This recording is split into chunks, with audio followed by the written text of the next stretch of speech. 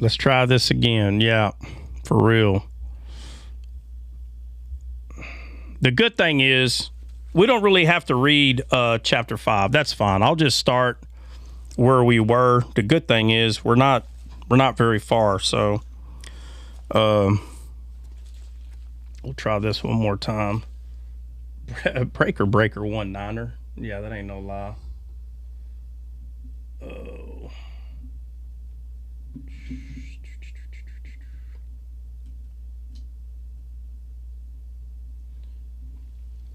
All right.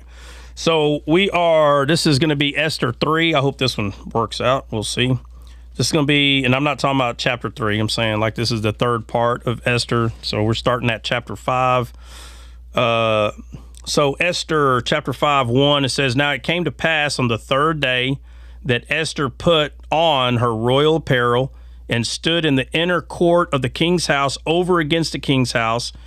And the king sat upon his royal throne and the royal house over against the gate of the house."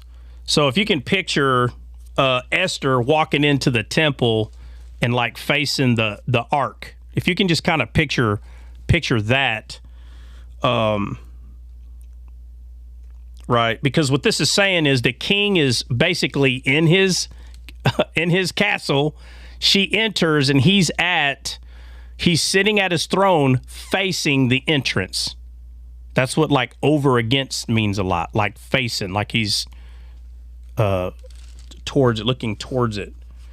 And so if you can picture Esther coming into the Holy Holies, trying to present herself to quote unquote the king, that's what we have taking place here. And it's not a coincidence that at the end of chapter 4 in 16, in the middle of 16, and it's talking about Esther speaking, and she says, "I also and my maidens will fast likewise," because she's telling Mordecai to fast. And she says, "And so will I go in unto the king, which is not according to the law, and if I perish, I perish." According to the law of Moses, not anyone can just walk in the Holy of Holies. Just it's not gonna happen, right? Unless you perish, unless you become unalive. And that's what she's doing. We see her doing this.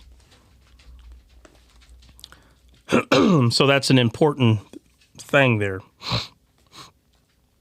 And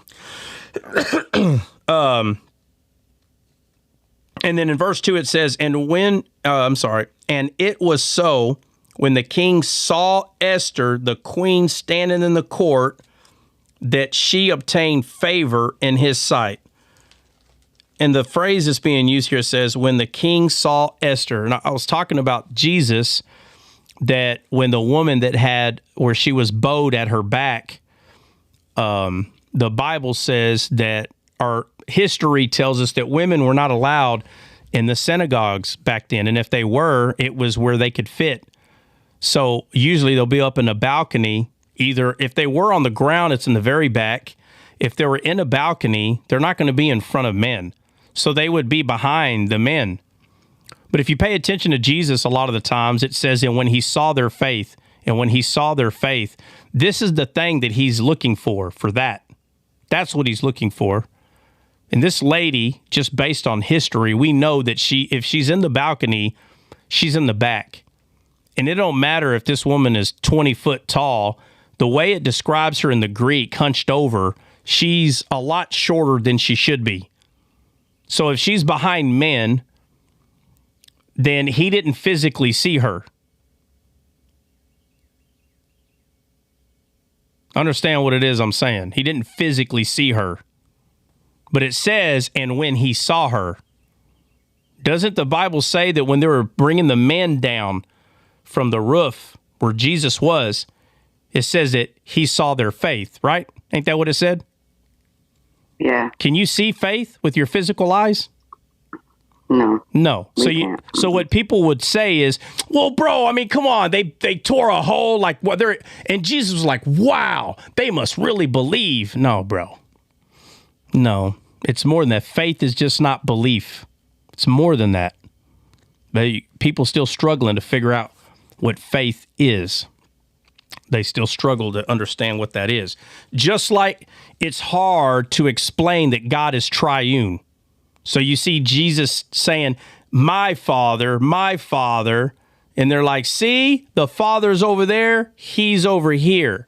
It's real hard to get someone to understand what it is that we are seeing take place, because in this world that we live in, which is a fallen world, it's not multi-dimensional. And I'm going to use that way to explain it, because everybody, the way we're walking around in this world, it's very like Nintendo pixels. Very simple. Nintendo pixels. So I'm not trying to say that heaven is AI or, some sort of like 3D or multiple D. No, I'm using that to explain in the way that if the world was nothing but Nintendo pixels or Atari pixels, if it was that way, heaven is not that way. It's multi-dimensional. It's completely different. So for us here in this world, it doesn't understand. We as humans don't fully understand what it means when Jesus is saying, the Father sent me. He goes, see, the Father sent him. It's like, so, and again, I'm not saying Jesus is the Father in that ridiculous argument, but I laugh because I understand why people laugh at people that say Jesus is the Father. Because on the black letters and white pages, it's so easy that he says, whatever I see my Father do, I do. And it's so easy to laugh at both sides because they're both so far in their extreme. They're not seeing that they're both wrong on what they're saying. They're both wrong because God is spirit, soul, and body. And it's not easy at first to see that. But the point is, here, let me see. Let's see.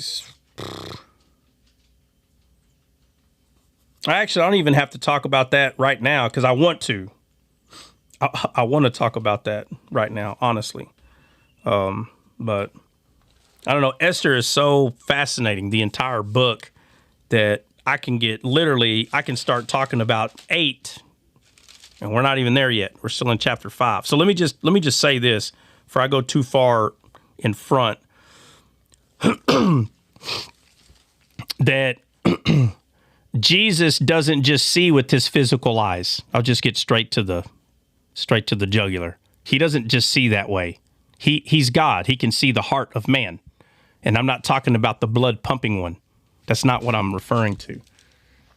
Let's see. But Jesus says he can see people's faith. So how people would write that off and say, yeah, it doesn't mean like he can really see it. He's just saying like they're operating like they, because again, they tore a hole in the ceiling. So that means that anybody would be like, oh, well, duh, they have faith. Look, they made a hole right here. Bro, that is the dumbest thing I've ever heard. That is not how he saw their faith, bro. The lady that is in the synagogue, it says that Jesus saw her faith. It doesn't use the word faith, but it says, and when he saw her, do you understand? It's not talking about physical. That's not what he saw. It was her faith that he saw. And he said, woman, thou art loosed from your infirmity. He's not just seeing her. Just like he said, and he saw their faith. He wasn't just seeing them. That phrase, and when he saw, a lot of the times is pointing to something that you just physically can't see. So it says, And this is verse 2, is Esther chapter 5, verse 2. And it was so, this is when she walked into the kingdom, when the king saw Esther, the queen, standing in the court, that she obtained favor in his sight, because it was something that he saw, not Esther. Now, in the story of Esther, it was just physical Esther standing there, okay? Make this real simple for people that get confused in allegorical and parabolic language. In the physical story itself, it's just Esther. But God wrote this a very specific way, very specific. And it's our job to want to understand what he's trying to convey in Scripture. And it's evidently clear. It really is. But it says, and the king saw the queen standing in the court, that she obtained favor in his sight. And the king held out to Esther the golden scepter that was in his hand. So Esther drew near and touched the top of the scepter. In the entire Bible, there's only 2 rods in the Bible. Matter of fact, somebody go look up that. Breezy, are you able to look something up? No? Who can look up scepter in the Greek? Y'all gonna make me do it? What'd you say? Root and offspring, Jesus is my Adonai. Awesome. That's awesome. Absolutely. Can anybody go to the Greek? Y'all gonna leave me hanging or what?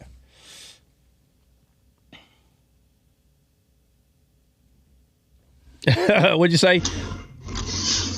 It will be. Hold up, Josh. I'll do it. All right. Thank you. It will be like the scope said it would be like needing to believe in the existence of water while swimming in the ocean. Yeah, pretty much. Yeah, I could see it that way. I definitely can't say that's wrong.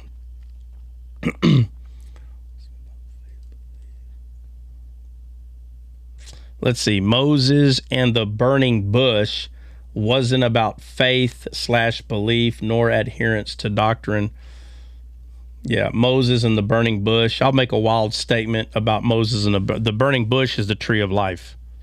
So get your screws twisting there on that one. It's a staff or a stick. Thank you, Audrey. I appreciate that. Let me get. It should be a staff or a rod, yeah, or a stick. Jude said H28275, a dart, spear, root, word, rod, staff, offshoot. Yeah. Even though we know what a scepter is, guys, okay, but there's some people that may not. So just to make it more clear, a scepter that a king would hold is a rod or a stick, or you can call it a spear. There's many names for it. I just want everybody to get a visual here. But what is the mediator between God and people? What's the mediator?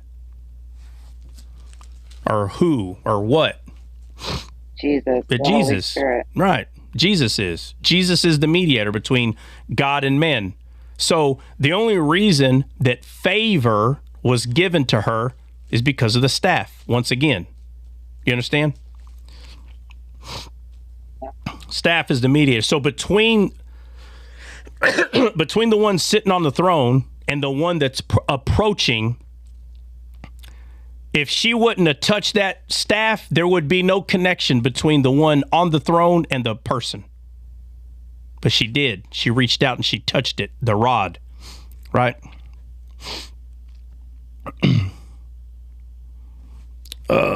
Let's see. Paul said the gospel he preached is not human origin, nor was it taught by man. Yep, that's what he said, and it's true.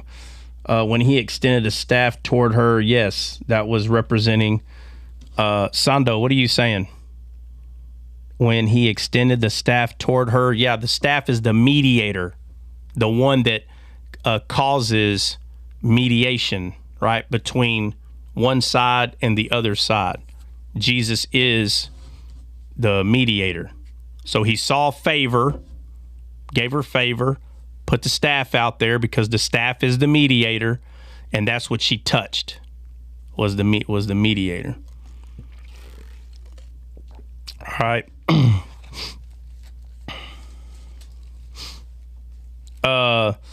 The scope, I'm not really sure. Are you trying to prove a point? I'm not understanding. We're talking about Esther, and you're talking about, but the advocate, the Holy Spirit, whom the Father will send in my name. Okay, maybe you're just putting stuff in there. My bad. Let's see. Lisa, what's going on?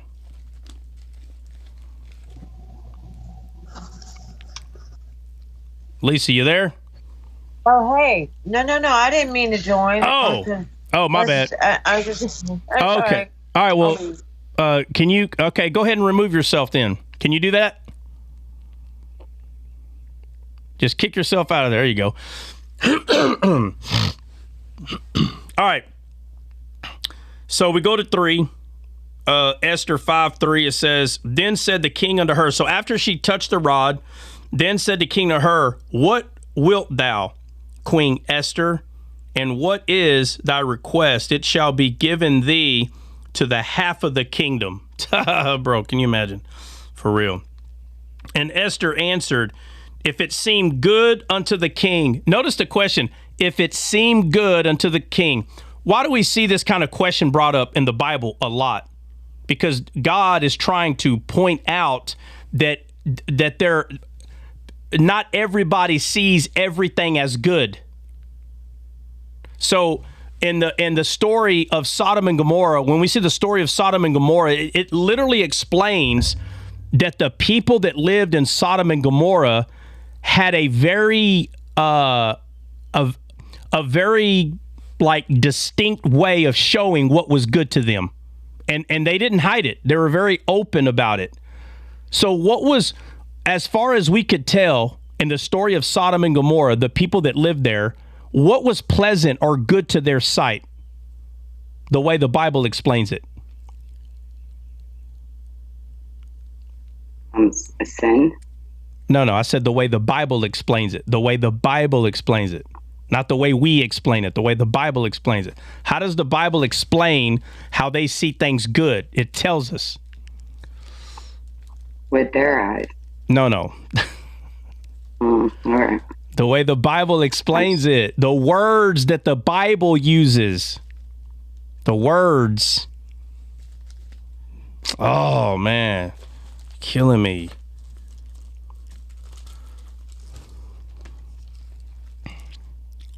Really? Nobody. You're talking about when it says, "Do what is pleasing in your sight." All right, I'm striking out. That's it. All right. Let's go to the story. Let's go. Somebody take us there. Guys, I'm talking about the black letters on the white page. The black letters on the white page. If you were reading it, what would it say? Let's just go to it. Please, somebody. Nina, come on. Read it. Nina, get there. Or Christian, one of y'all.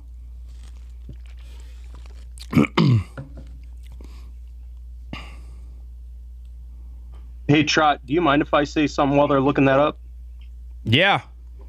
I mean, no, I don't mind. Sorry. Okay. You know, when the king tells Esther to the half of my kingdom, it reminds me of Herod and Salome. You know, the promise that he gave her if she would dance for him. And he said, "I will give you anything up to the half of my kingdom." And her choice was something that wasn't pleasant. Right, because there's two pleasants, right? There's two pleasant. To this king, something, what was, okay, in the one you brought up, what was pleasant in that king's eyes? Her dancing. Physically. Right, but what is that? What is that? The flesh. Lust of the flesh. Lust of the flesh. Yeah. All right. Lust of the flesh. Right, lust of the flesh. But the Bible tells us that there's lust of the spirit as well, right? Right. All right, and that lust is talking about a desire.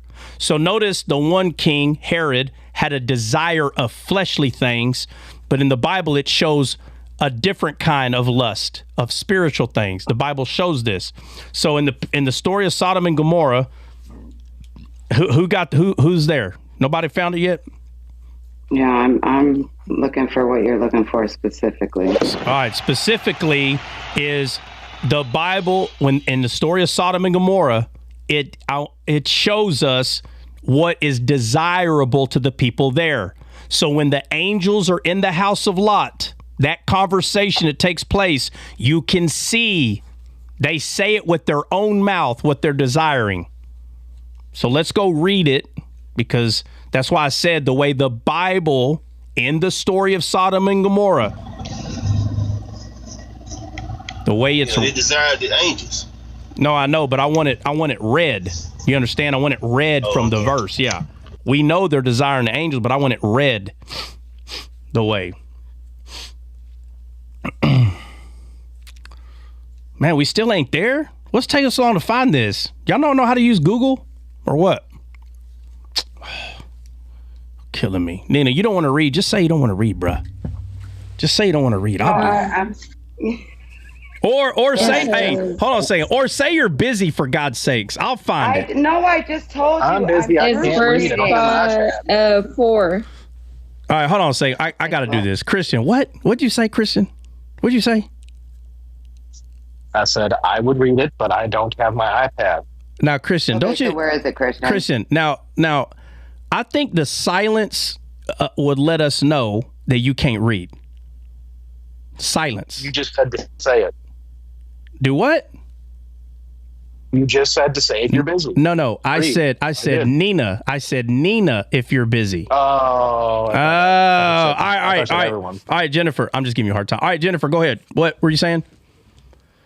Okay, so actually it's verse 5. It says, "And they called unto Lot and said unto him, Where are the men which came in to thee this night?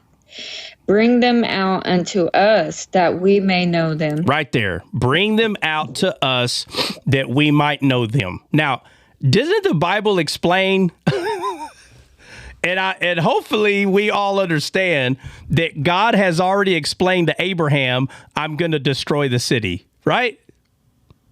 Right. And Abraham is like, oh, well, what if I find some wise people there? I think it should be evidently clear that he already knows there's none there, bruh. There's none there. So if God is making it clear there's no wise man there, what kind of wisdom is God referring to? Is he referring to man's wisdom or God's wisdom?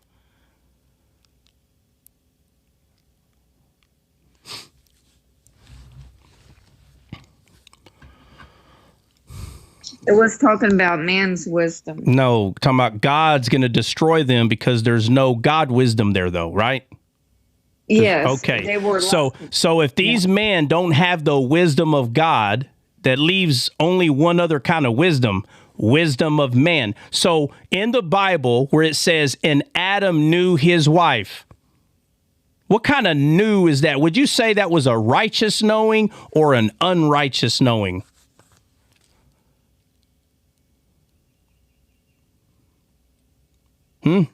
Anybody? I would say unrighteous. No, Adam knowing Eve is unrighteous. It was righteous because that was his wife. It was his wife. It was a righteous knowing. Okay, so again, there's two of everything. So now these men, which we've already determined, these are not righteous people.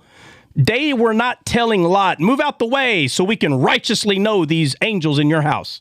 Right? Or what? They were doing something wicked. But the point is the knowing. I'm talking about the word knowing. So here we go again, Jennifer. Notice how you're using the word wicked. That's not the verse. That's not what's saying in that verse. This is why y'all get confused. I said I want to know what it says in the verse. It doesn't use the word sin right there. It doesn't use the word wicked. It uses the word knowing. Are y'all understanding, Nina? You understand what I'm saying now? Yes. All right. So when I say I want to know what the verse says, don't add words in there. The word, it's not using the word sin, even though it is. It's not using the word wicked, even though it is. It's using the word know.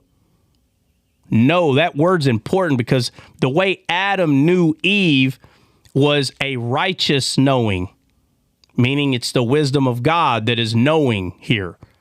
But here they said, hey, can y'all move out the way? Those two men that come in here, bring them out here so we can know them. Clearly, this is not a good kind of knowing. It's not a good knowing, not even a little bit. So let me go back to right here. Let's see.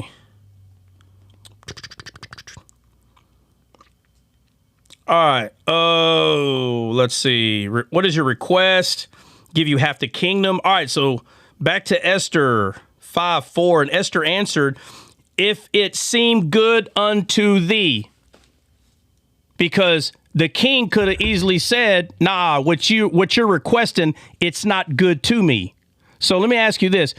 If Esther did not find favor in the sight of this king, do you think this be a good king or a bad king? Because Esther belongs to God, right? Yes, Esther belongs to God. So if Esther belongs to God and someone has favor over her, the man has a choice to have favor. Because let's not forget, this is a real king, this guy right here. He could choose not to have favor for her. But he chooses to have favor for her. And this is where you get in the argument where people say, no, God made him have favor because God rules. Like if man don't have choice. Man does have choice. It doesn't matter whether God already knows what's going to happen or not. You don't know. If I was to ask somebody, hey, how's your life going to be tomorrow? Well, God knows. So you should say everything's going to be fine because God knows. All of a sudden, they back off of what they believe. The Bible makes it very clear. You're not promised tomorrow, period. So you can't run away from that. So, all right. So he says, if it be good unto the king, let the king and Haman come this day unto a banquet. Let the king, that I have prepared for him. I want you and Haman to come to a banquet. Bro, that's kind of bold. Like, I don't just want you there. I want this dude there too. It is kind of bold. 100%. Then the king said, cause cause Haman to make haste that he may do as Esther has said. So the king and Haman came to the banquet that Esther had prepared. Who prepared the banquet? Esther. Okay.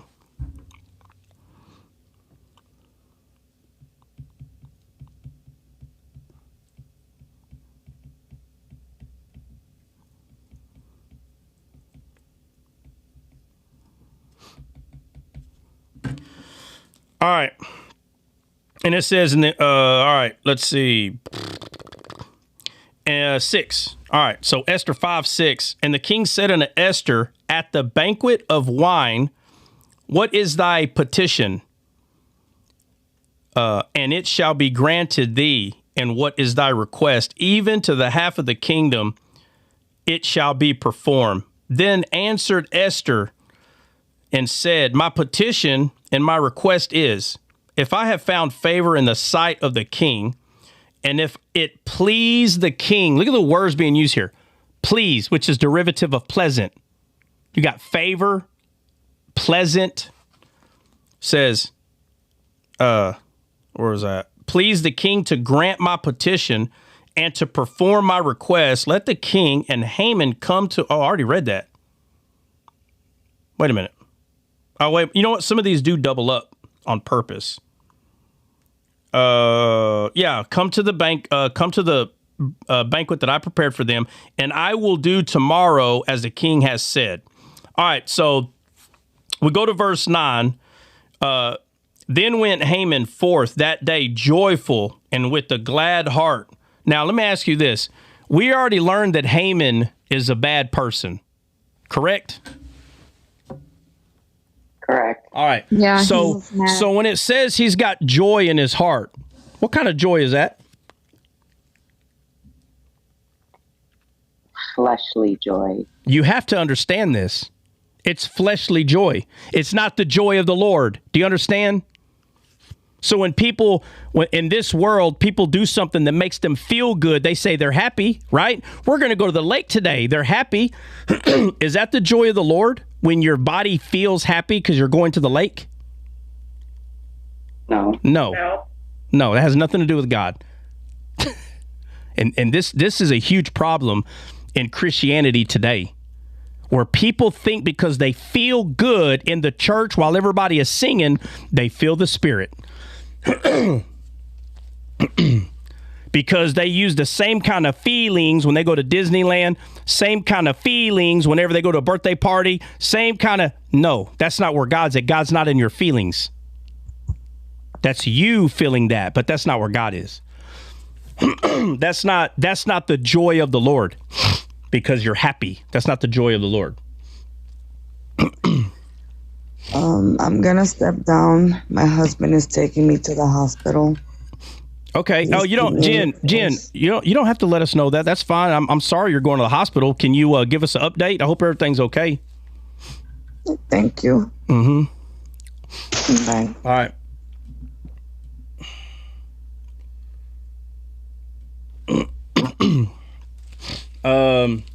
Hey, Trot, just two people. Yeah, no, I know. On YouTube, sometimes it's a bit glitchy, so it can cause people to move around. But that's fine. I ain't worried about it. It's all about me recording it. It's all good.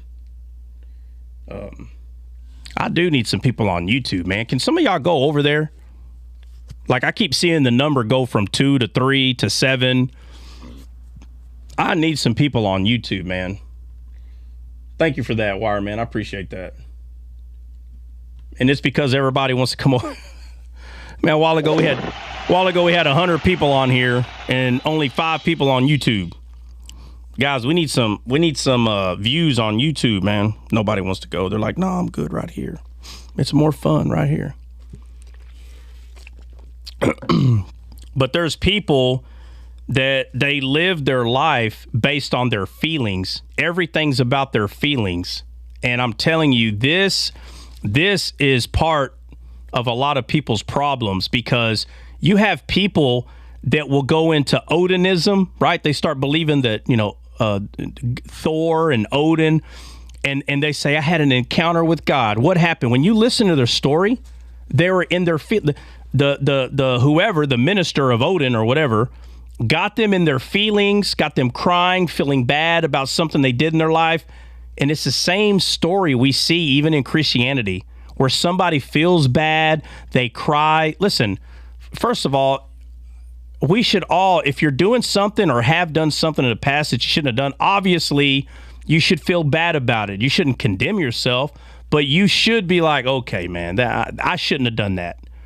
But when you got people coming into different religions using the same feeling system, how can someone truly discern God when everybody is claiming that they got in their feelings, joined a certain religion, now that religion becomes real to them? You know why? Because their belly is their God. That's why that religion became real to them, because they felt it. They all will tell you the same thing. I felt it. Oh, I just felt this thing. I felt this. No, the joy of the Lord is more than just a feeling. The joy of the Lord is when you're able to tell your feelings to shut up and you trust him anyway. That's the joy of the Lord. The joy of the Lord is not based on physical feelings. It's not. Not even a little bit. Your body may have a reaction to things that God is doing at times. That's very possible, but that's not where God is. Do you understand? The flesh is enmity to God. So if your body is having a reaction to something God has done, that is still not where God is. Those feelings is not God. That's the feelings of your flesh. When your feelings is trying to cause you to just forget life, throw everything away, and you stand on the truth of God, that is the joy. That's where God is. He's not where your flesh is.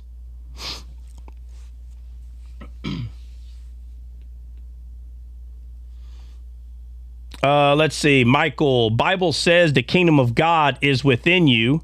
Yep, it is within you. Your feelings are also within you. Yes, that's why Paul says, I feel also in my members. Michael, do you remember that? Where Paul is saying that he's doing good, but he also has a feeling in his members. Okay? They're both there. That's why we're a three-part being, spirit, soul, and body. The Spirit of God lives in our soul once we're born again, but yet our flesh is right here. So when we understand spirit, soul, and body, when you understand that, you'll understand that the spirit is telling your soul what to do, and your flesh is telling your soul what to do.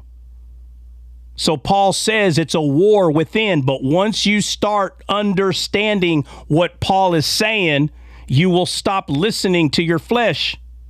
Your flesh, which has feelings, that's not God. Those are feelings from your flesh. Happy, sad, whatever, it's your flesh. First of all, those feelings are needed, but we need to know how to use them. Have you ever seen anybody who became irrational in their feelings? So that's God too. So when someone becomes irrational in their feelings, we're going to say, well, those are feelings, so it's God. When someone gets mad and picks up a weapon and wants to hurt somebody because they got in their feelings, that was God. All of a sudden, nobody wants to say that's God. Listen, you can't pick and choose what is God.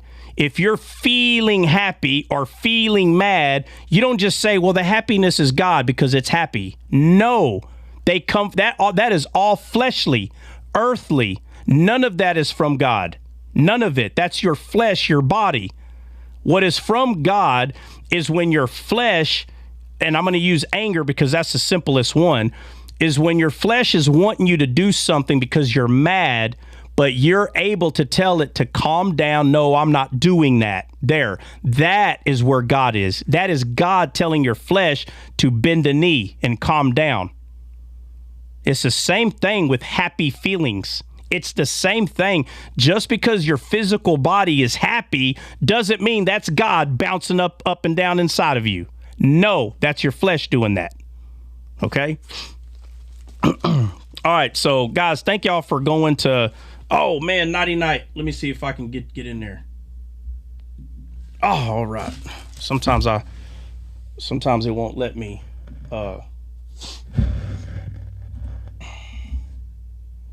let's see. Try it, man. You tell them people that about their feelings. That's not that. They're like, how dare you? You're not saved. You don't feel. Yeah, no, I know, and I'm used to it. There's a lot of people that have been lied to for a very long time, making them believe that their feelings is God. Your feelings are not God. You got to hurry up and come to that point till you realize that we are 100%. We are spirit, soul, and body, and we have to, as quickly as possible, start being able to discern which one is which. Very wise to do that. All right, so let's move on here. So, what verse am I at, guys? I apologize.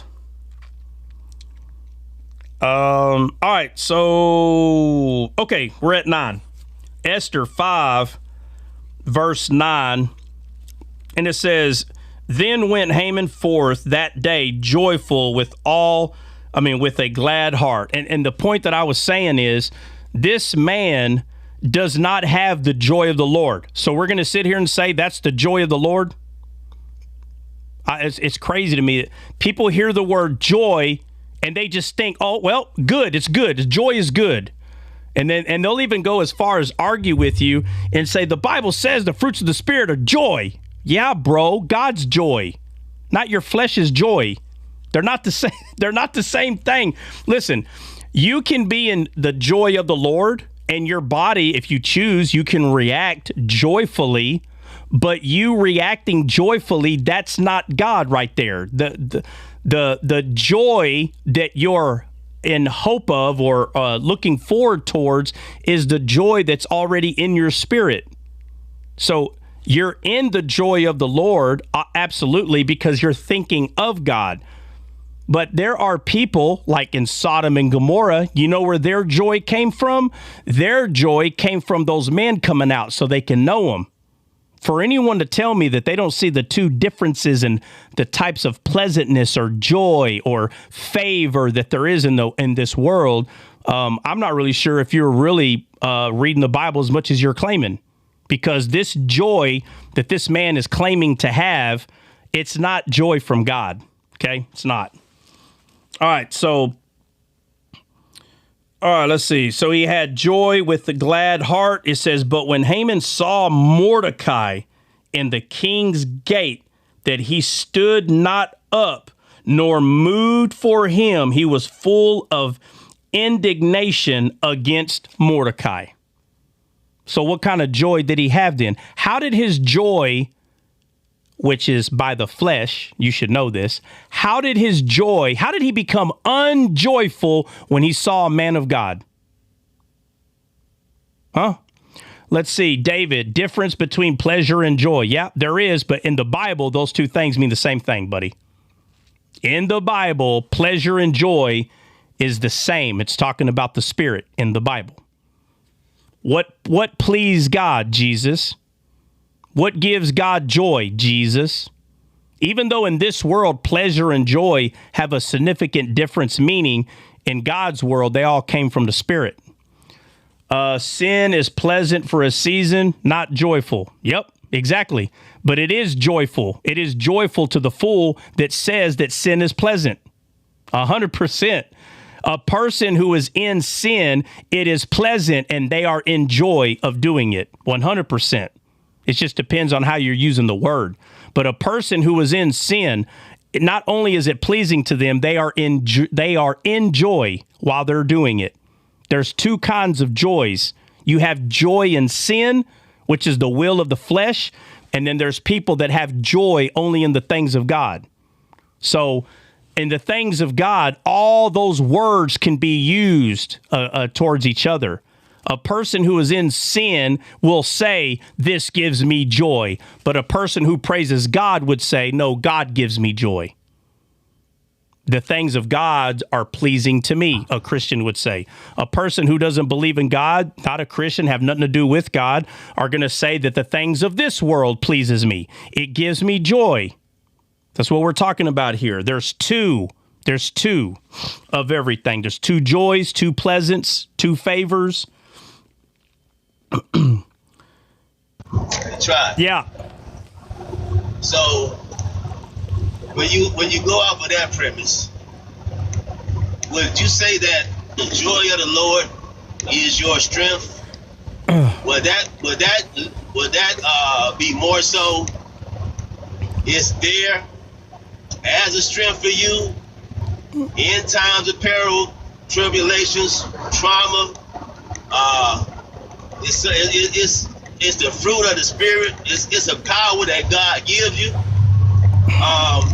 You have to activate that. What I'm saying is, when Paul says, "Listen, I joy in my tribulations," right? Right. All right. So right there. Let me say this. Yeah. All right. What does that mean? I joy in my tribulation. So in this world, if you're getting slapped in the face, okay, let's say this person doesn't believe in God and they're getting beat up. Do you think a person of the flesh is going to say that's joyful? Not at all. No, because in reality, physically, that's not joyful. But Paul is talking about being persecuted. So he's not saying that in his flesh he likes the persecution. He's saying in my spirit I am at joy because what they are doing is doing nothing but proving to me that everything God is telling me about himself, that I'm going to be persecuted for his sake. So his joy is not in the flesh. He was not in his flesh jumping up and down. Woo-hoo-hoo! That's not what he's saying. He's saying that his joy is in the truth that is in him, not in his feelings. If you told Paul, no, Paul, tell me your feelings, Paul would easily say, well, in my members, this is horrible. That's what he would say. In my members, in my flesh, this is horrible. But he doesn't live in the flesh. He stays soberly minded. He's in the spirit. Therefore, because I'm being persecuted because of the truth, then I am in joy. That is what he's saying. That's why he's in joy. Joy in the flesh and joy in the spirit are not the same. They're not even close. They're as far as the east is from the west. They're not even close. And that lets you know right there, because he said, hey, I realize that in doing this, the glory of the Lord rests upon me. Yeah.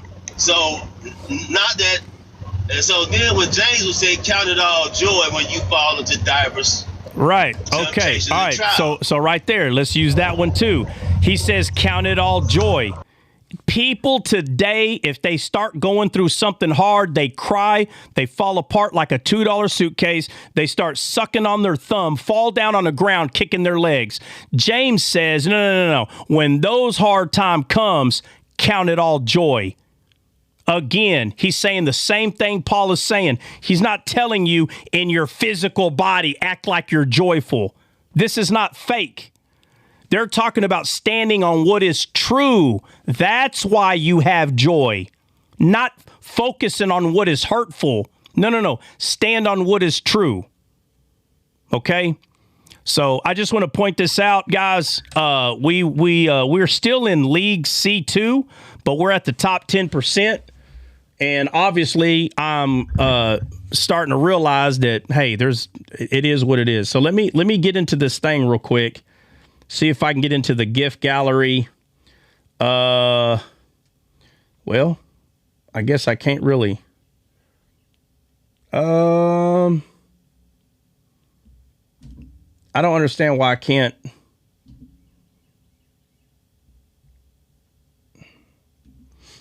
It looks like we completed your gift gallery, and it says that it updates every Monday. So, I mean, people can continue gifting in it, but it looks like everyone completed like the goals of it.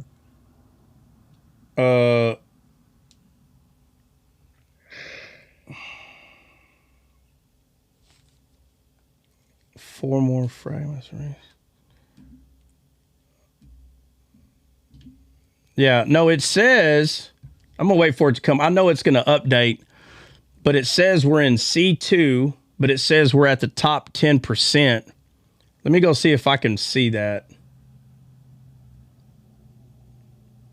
I should be able to see us in the, that's weird. I don't see us. Top 10%. Matter of fact, it says that we need one more. Okay. All right. So for anybody that wants to understand how this works, I'm going to throw this last part out there. This is for anybody. So we're C2, and C2 has 3 fragments that have to be filled up, okay, to get to C1. And we got 2 fragments filled, which means we just need one more like little diamond fragment. They're called fragments. If we get one more, we go to C1. I'm just letting y'all know where we're at. So C2, like all of them, they have phases.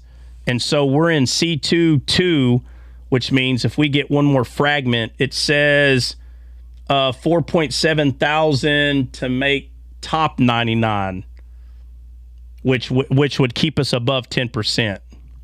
Okay. I somewhat get that. I'm just throwing that out there. Guys, remember, I'm hosting, so the little glitter thing starts popping over there. It means like, I don't know, news article. I don't know, but it does get my attention, and I just wanted to see. So it was just letting us know. Oh, wow, what the heck is that? Man, it looked like a diamond. It's either the pearl. The diamond. A diamond looked like it was shooting. Oh, was it shooting pearls or like it was shooting diamonds? Diamonds, yeah. I don't know what. How many diamonds is that, Trot? I don't know. I know that knocked us in we're top. Not only are we in the top 10%, but it like moved us It could be top 5% now because we're actually on the board. Like literally, we're number 95 right now. So somebody's number 1, we're 95. And the person in front of us, literally, they're tied with us, though. So we're at 18.2. They're at 18. No, we're at 18.3 now. So there's a lot of people at 18, like a lot. 18.3, 18.4, 18.5. But again, remember, every midnight, the thing, it happens again. I know a lot of people say, like, why are you worried about that? At first, I was the same way. And I didn't want to mess with it until my conscience was clear. And little by little, my conscience is becoming a little bit more clear because I understand what it is that they're doing. I get it. But I'm telling you, the first 2 years for sure, I didn't want nothing to do with any of those games. I'm like, look, I just want to talk about Jesus. But as I'm understanding what TikTok is, and let me just throw this, I'll say this too. If you pay attention, and if you haven't noticed this, TikTok is the only one that has all the way that everything is set up. Everybody wants it. Facebook. What's another? Give me another platform that's a YouTube. Even YouTube. Okay, even though YouTube's the strength of what we are, but they want this the way it's set up. But obviously, it's not easy to make or program, because if it was, everybody would be doing it. Instagram. Thank you, Hope. Yeah, Instagram. Everybody wants the way that this is set up. And obviously, it's not easy to do, bro, because why do you think more people, like right now, we only got 4 people on YouTube. Why do you think there's only 4 people watching on YouTube? Because they like seeing people on the panel to get, like, I mean, it is what it is. People like to see that. And YouTube don't have that capability yet. So I'm little by little, I'm getting it, man. I really am. All right, so let's move on. What verse we on, guys?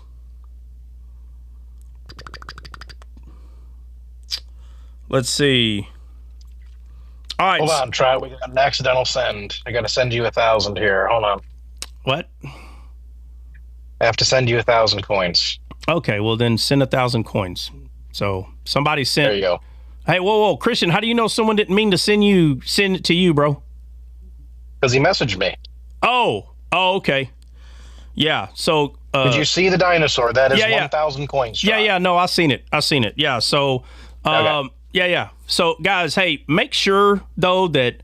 Because someone could have sent you, so don't just send them. Make sure that someone, made an accident before you send it back. Like, don't just send it over here. YouTube, too much advertising. Roddy said too much advertising. I know, Roddy. I know, guys. I'm sorry. Listen, I got a warning on YouTube. I'm begging you, guys. Please deal with it. Please, listen. I really am begging you to please deal with it. It helps the algorithm on YouTube. So I can't force you, obviously, and I apologize for that. But I was warned, I think 3 or 4 months ago. I'm telling you, YouTube warned me and said, we're letting you know around this date, which I think was Monday. If it wasn't Monday, it was last Friday. But they said that this was going to happen, that they were going to start throwing more reels into the live or something. So I can't stand the commercial. I know, guys. I know. Listen. It helps the descaled algorithm on YouTube. So by removing yourself from YouTube just to come to TikTok, it's actually doing a disservice for the YouTube channel. I'm just being honest, okay? I can't either. You should see the problem is, Trot, is that they're very blue ads, if you know what I mean, on all of your videos. I'm like, how? Yeah, I know. Well, I mean, it is what it is. There's nothing I can do about that, man. Very blue. Yeah, they are. And that's, I mean, but again, I mean, the Bible says we live in this world, but we're not of this world, okay? So you don't have to allow, we don't have to get angry and argue about that. Like, I'm not going to go to YouTube, hey, you got the wrong kind of ads. Like that don't try what 66. Oh wow, we already bumped up to 66. Yeah, that is pretty crazy, not even gonna lie. All right, so guys, help me. Let's see. We're still at 9, I think. Guys, what do y'all think? Does that sound right? Sounds right. Nina's like, yeah, whatever at this point. Sure. That's right. She doesn't sound like a robot anymore. I know. A while ago, she was like, rah, rah, rah, robots in disguise. All right. So 9. We are in Esther 5:9. It says, then went Haman forth. We already read that, but I'm going to go over it again. Okay. Joyful with glad heart. But when Haman saw Mordecai at the gate and he didn't bow down. So it's funny that this guy's got joy, but yet a believer in God takes away his joy. So is that godly joy that he has? Is that a good kind of joy that he I thought joy was good. He has joy of the flesh, guys. That's the point I'm making. He has joy of the flesh. If he had joy of the spirit, for God's sakes, he would have saw Mordecai and been like, what's up, bro? You understand? That's what would have happened. But because this is a man of God, it ruined his day. Do you understand? So it's kind of like, and it's the other way around. I bet you Mordecai, when he sees that knucklehead, he's like, oh, I can't stand this dude. But notice what it is. These two people, you need to notice what it is they can't stand about each other. Mordecai doesn't like him because he's not of God. Haman doesn't like Mordecai because he's not of the flesh. That's the issue, guys. That's the issue here, okay? Roddy, would you say it's not the ads on YouTube per se, it's the random interruption? Yeah, I know. I'm telling you, I fully understand that they just come out of nowhere. I know. And you're like, God, I'm tired of, I know. I'm being as honest as I can that it helps the algorithm on YouTube. That I'm telling you, I understand. And again, I'm not telling you what you need to do. I'm just letting you know, at least have that in the back of your head. You know, maybe you can, let's see, maybe you can die to the flesh during the commercials and then hit skip. And then, you know, if not, it's okay. All right. It's just something that I'm asking that if anybody's able to deal with it, please go deal with it. Roddy's basically saying he wants your spot here on TikTok and somebody else can go over there and fill in a spot on YouTube. All right. So it says, nevertheless, Esther 5:10, nevertheless, Haman refrained himself. And when he came home, he sent and called for his friends and Zeresh, his wife. And Haman told them of the glory of his riches and the multitude of his children and all the things wherein the king had promoted him, and how he had advanced him above the princes and servants of the king. Haman said, moreover, yea, Esther the queen did let no man come in the king unto the banquet that she had prepared but myself. And tomorrow am I invited unto her also with the king. Yet all this availeth me nothing, so long as I see Mordecai the Jew sitting in the king's gate. So again, he's happy about the things in the flesh, but regarding the things of the spirit, he just can't stand them. But a person, a believer in God, is the complete opposite. You understand? Everything regarding things in the spirit is very pleasing to him, very pleasing to that person. They're full of joy regarding those things. But when it comes to the flesh, they just can't stand it. Paul says the same thing, but I find also in my members this thing as well. So the thing of the spirit pleases him, but the thing of the flesh does not. Mordecai is just a complete opposite, right? The Bible tells us that the flesh and the spirit are enmity to one another, meaning they despise one another.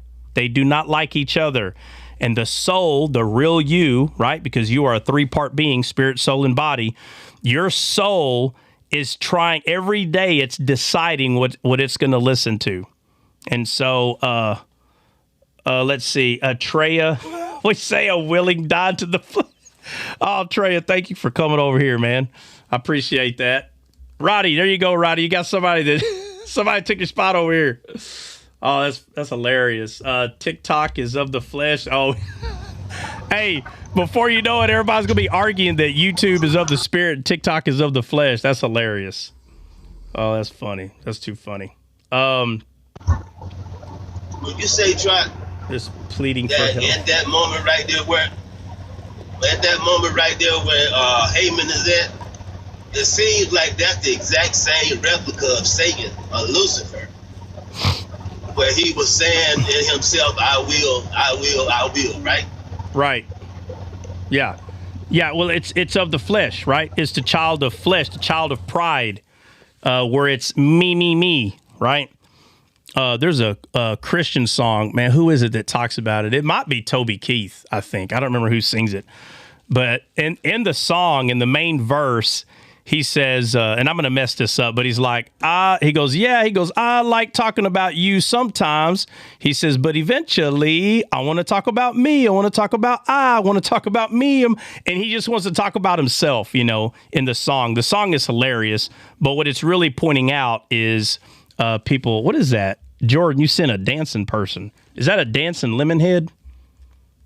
Oh, wait a minute. Jumped on. I have both running now, just different name. Oh, okay. How do I even say your name? Kiss. Ooh, I don't know if I should finish that name. Some of you people give me some names and I say it all messed up. Oh, wait a minute. What is that? Big Net. I see Big Net. Definitely gonna. Hold on a second.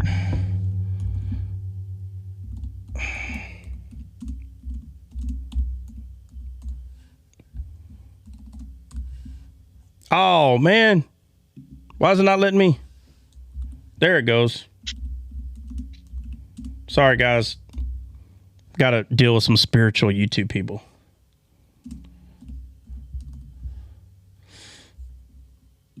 It wouldn't let me send a message to Troy a while ago, though. I'm telling you, man, if I wait too long, like a minute or something, it won't let me send a message. It's actually quite wild.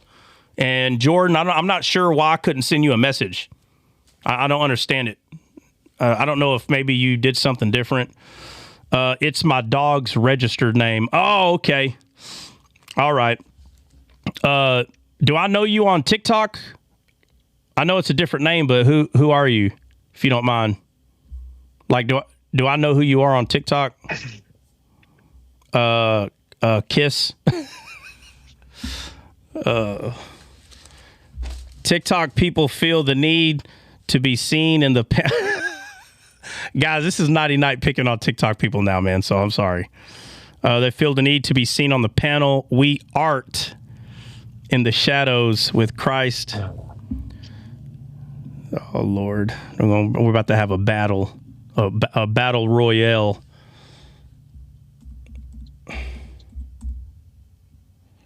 You don't grab a light and put it under a bushel. Oh, go ahead, Breezy. Go ahead. Oh, my God. We're really about to have a battle, dude. This is about to go down. We're going to have to pick 3 or 4 people to battle it out over here. Okay. Prodigal. Okay. All right. I see who you are now. Sando. What is that, Sando? Is that the Hulk? It looks like the Hulk. All right. All right. Let's get in this, man. We're not far off. It's only 12. We still got about 30 minutes. It's good timing. Good timing. All right. So here's Haman bragging about, being able to serve the king and all these things. And he's like, but I can't stand Mordecai. Are we going to be able to do 6? Ooh, no. Have you uploaded a picture of Colonial's front to Canva yet? Do I now?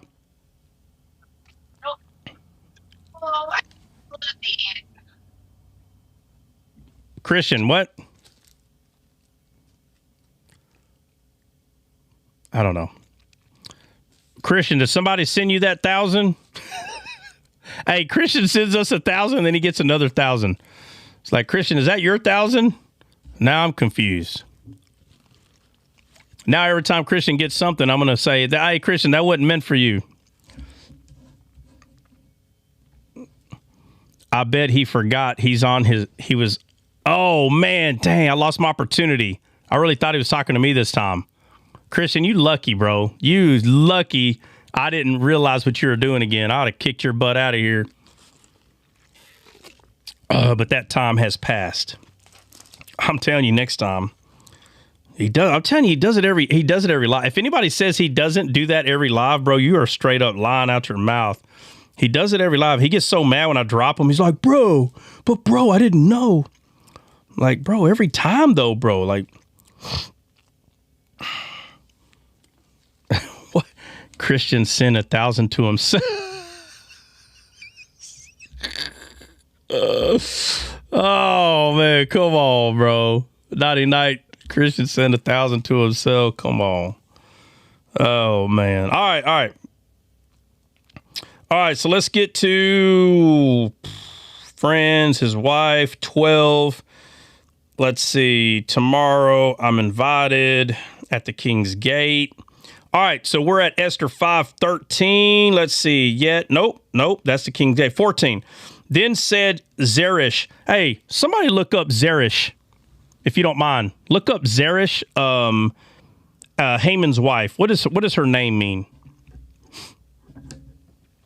Zeresh. Gold. What? Gold. Spell it. Gold. Oh, gold. Yeah. All right. Because I don't know if you're saying goal, like a kick the soccer in the goal, or goat, GOAT, gold. I don't know what you were saying. Then said Zeresh, his wife, and all his friends unto him, let a gallows be made of 50 cubits high, and tomorrow speak thou unto the king that Mordecai may be hanged. Then go. Now watch this. What kind of wife does Haman have? A foolish one, right? Right? So people will be confused and say, well, why is her name gold? Are there not two kinds of golds in the Bible? There are. There's a gold of this world, right? And then there's the gold that is incorruptible. Just the fact alone that he's going to be taking advice from a foolish woman shows that she's not of wisdom. So if she's not of God's wisdom, she's of this world, which means the gold of her name is not incorruptible. It's corruptible because it's of this world. Y'all with me? 100%. All right. So this is corruptible gold, right? So you don't just see the word gold and say, oh, gold, deity. In his own belly. That's his God. His own belly is. That's the kind of deity that's representing. There's two deities. Jordan said it's fool's gold. Yeah, for real. It's fool's gold. All right, excuse me. So it says 50 cubits high. So this is Esther 5:14. It says, and tomorrow speak thou unto the king that Mordecai may be hanged thereon. Then go thou and merrily with the king unto the banquet, and the thing pleased Haman. Notice what pleased Haman. So if you give candy to a person that likes candy, it pleases them, right? They're pleased by the candy. It can bring them joy. Oh, I'm so joyful. Wow, this is amazing. You gave me candy. But shouldn't you know that this type of information would please Haman because he can't stand Mordecai? But notice what pleases him, to hurt something that is representing God. That's what pleases him. So it's a foolish man. This is a foolish man right here. Because he's doing what is pleasing to his sight. His sight is not God's sight. You go back to the garden, all the trees. It says God planted all the trees that were pleasant to the sight. But it's talking about God's sight. It's not talking about man's sight. What the heck, Nighty, what'd you put now? Nighty Night said, loving these ads so much. I'm loving these ads so much. TikTok members are missing out. Thank you, Jesus, for these beautiful ads, bro. You're stupid, bro. Idiot. Oh, man. Let me see. Let's see.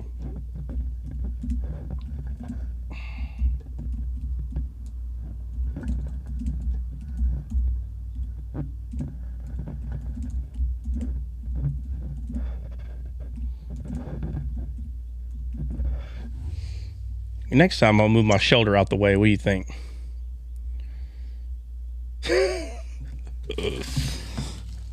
What? What was that fell? Oh. All right. All right, and it says, all right, so we're back at Esther 5, chapter 5, verse 14. It says, and the thing pleased Haman, and he caused the gallows to be made. All right, dang. I think we're going to end Esther today because we only got about 30 minutes maybe. Let's see. 6 doesn't seem very long. Let's see. We got 6, 7, 8. What is it, 10, I think? Well, it's really 9. 10's real small. But 6, 7, and then 8. All right, let's see, what is that?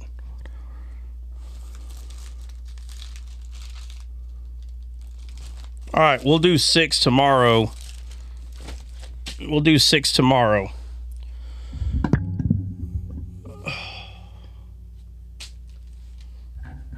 All right, you know what, man, we might be able to do, who's a fast reader? Somebody a fast reader? We could do 6. Sorry, we could do 6 right now, man. I think we can do it. Who wants to read? Who can read that hadn't already read? I think Himalaya's in the chat. We need her up here. Well, you'd first have to ask her. You should have asked her if she wanted to read. You know, you never know. She might be at work. Let's see. Apostle Paul will show you exactly how to be biblically born again and saved. Yep, that is, who's that? Plain? Yep, Plain. Apostle Paul is the man. Let's see. Nope, everybody up here is born again, Plain. Make sure you talk to somebody before you question whether, and again, I'm not saying you're being rude, but everybody on the panel is born again. But you're right. Maybe there's somebody in the chat that may not be. I don't know everybody in here. That's possible. But would y'all want to continue and do 6 or no? What's up? Because I think we're ready. Nah, I don't want to rush it. All right. I don't want to rush it. If y'all want to, we can do it, though. Don't let me be the final say on. I'm about to park. I can read it for you. You're about to park? All right. Everybody in the chat is born again. I don't know, maybe. All right, all right, check it out. If you want us to continue Esther, we can go to chapter 6 right now. Put a 1 in the chat. That's on both chats. That's TikTok and YouTube. If you want us to continue, Kelly, you still here? Kelly, you want us to continue or what? I'm definitely going to ask Kelly today because I know Kelly's having a hard time. So don't feel like I'm trying to, let's say, misunderstood. Put a 1. Amy. I don't see anybody else. There's Wireman put a 1. Kelly put a 1. Chicky. Benny, I didn't even know you were here. Benny, don't even want to come up. We're probably at work. Let's see. Mick. Okay, now I'm starting to see a bunch of 1s. They're going so fast I can't even keep up with who's sending them. Trey, Lorena, 1-1. Nighty night. Everyone on YouTube is saved and more born again than TikTokers. Nighty night talking trash. Oh. All right, I see Trina, Jean, and well, that's a lot of people. That's already about 15, 20 people already. If you don't want us to continue, Nighty night, we're sent to the Gentiles. He's sent to the circumcision. He can hear you. Y'all can't hear him because they can't. They can't really. He said, "Yes, sir." Truth. I don't know what he's. All right, if you don't want us to continue, put a 2. I just want to see if we get it because I know we got at least 20 something 1s. If you don't want us to continue, put a 2. I'm just trying to see where everybody's at. And some of you ain't even voting. I've been outvoted. We gotta go. You've been outvoted. I don't see no twos, man. How do you measure salvation? Let me see. Plain. The Bible makes salvation very simple. So, I mean, if you want to start talking about salvation, I guess you can put the measurement out there yourself there, Plain. How do you measure it, Plain? You're the one that brought it up.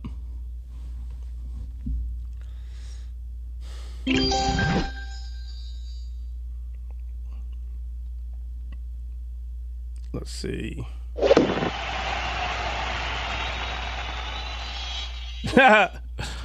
Jennifer, I'm a 2 if we can speak about Revelation. Oh, Lord. Wine. Yeah, we need the wine. Let's see. Kenny said, I'm going to put a 3. Okay. We're going to have to make a 3 option. All right. 1 is to continue. 2 is... Two is not to continue, and 3 is I'm gonna go along with the ride, whichever direction it is. All right. Okay. All right. We'll continue. Okay. So, Amazing, you stop. Amazing said he was gonna stop, and he was gonna read. Let's see when it go off, because they ain't gonna take it. Usually it'll go off if you ride it back. I know a Joe out. If you're not gonna take it with that, they won't take it. Okay. All right, thank you. Let me go ahead and read it, man. These trucks giving me a freaking fit, man. You ready? Oh, we ready, man. Go ahead, hit it. Okay. On that night, let me see. This is Esther chapter 6, right? We are on 6. Yep. What version is King James version? Okay. On that night, could not the king sleep, and he commanded to bring the book of records of the Chronicles, and they were read before the king. And it was found written that Mordecai had told of Bigthana and Teresh, the door, who sought to lay hand on the king Ahasuerus. And the king said, what honor and dignity have been done to Mordecai for this? Then said the king's servant that ministered unto him, there is nothing done for him. And the king said, who is in the court? Now Haman was coming to the outward court of the king's house to speak unto the king to hang Mordecai on the gallows that he had prepared for him. And the king's servant said unto him, behold, Haman standeth in the court. And the king said, let him come in. So Haman came in, and the king said unto him, what shall be done unto the man whom the king delighteth to honor? Now Haman thought in his heart, to whom would the king delight to do honor more than to myself? And Haman answered the king, for the man whom the king delighteth to honor, let the royal apparel be brought which the king useth to wear, and the horse and the king rideth upon, and the crown royal which is set upon the head. And let this apparel and horse be delivered to the hand of one of the king's most noble princes, that they may array the man withal whom the king delighteth to honor, and bring him on horseback through the street of the city, and proclaim before him, thus shall it be done to the man whom the king delighteth to honor. Then the king said to Haman, make haste, and take the apparel and the horse, as thou hast said, and do even to Mordecai the Jew, that sitteth at the king's gate. Let nothing fail of all that thou hast spoken. Then took Haman the apparel and the horse, and arrayed Mordecai, and brought him on horseback through the street of the city, and proclaimed before him, thus shall it be done unto the man whom the king delighteth to honor. And Mordecai came again to the king's gate, but Haman hasted to his house mourning and having his head covered. And Haman told Zeresh, his wife, and all his friends everything that had befallen him. Then said his wise men and Zeresh, his wife, unto him, if Mordecai be of the seed of the Jews, before whom thou hast begun to fail or fall, thou shalt not prevail against him, but shalt surely fall before him. And while they were yet talking with him, came the king's chamberlains and hasted to bring Haman to the banquet that Esther had prepared. All right, so 6 is kind of like one of the most simplest things once you get to this point, because you see like the center of this whole segment is the flesh and the spirit are enmity to one another. You see it right here. And what's funny is it says he said in his heart. Where does it say it? Where Mordecai said he in his heart says something about his heart.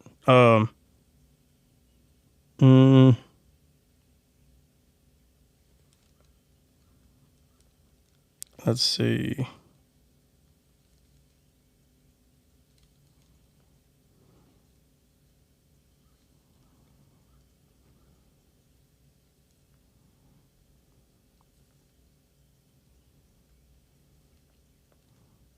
Maybe it was more in the beginning. Hold on, let me go back. Okay. And it was found written that Mordecai had told, and he said, what honor and dignity be done to Mordecai for this? And he said, the king's servant ministered and nothing for him. And the king said, who is in the court? Now Haman had came into the outward court in the king's house to speaking to the king to hang Mordecai. So he went up there to talk to the king to hang Mordecai. And the king's servant said unto him, behold, Haman standeth in the court. And the king said, let him come in. So Haman said, the king, let's see, what shall be done to a man that the king lighteth to honor? Now Haman thought right here. So this is 6.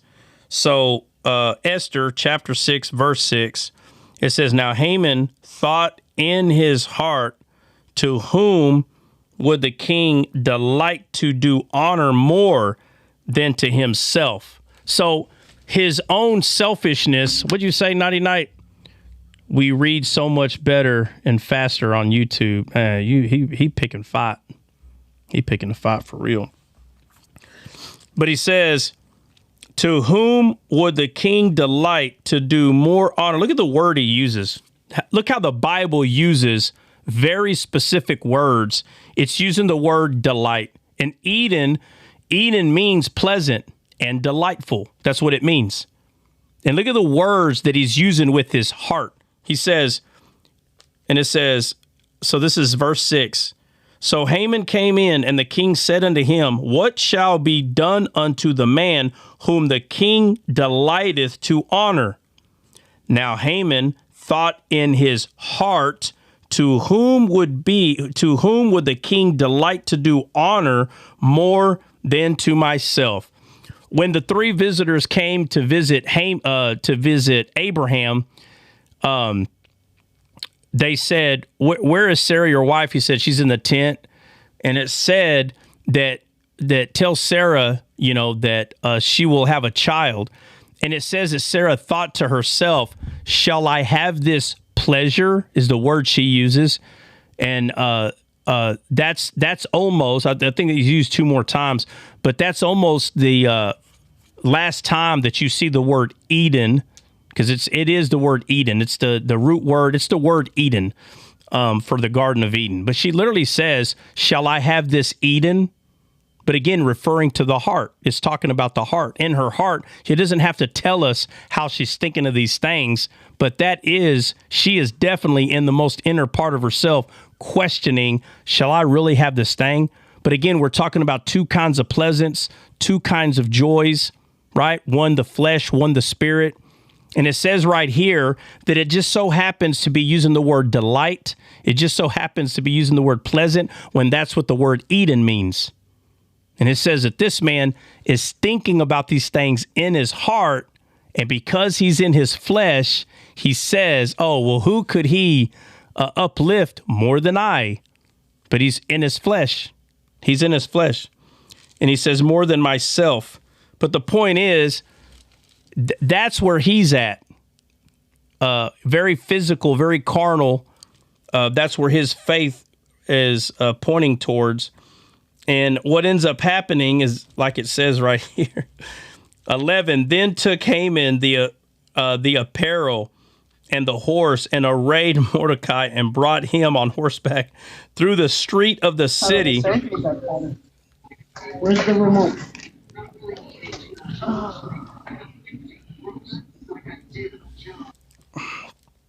it says, brought him on horseback through the street of the city and proclaimed before him, thus shall it be done unto the man who the king delighteth to honor.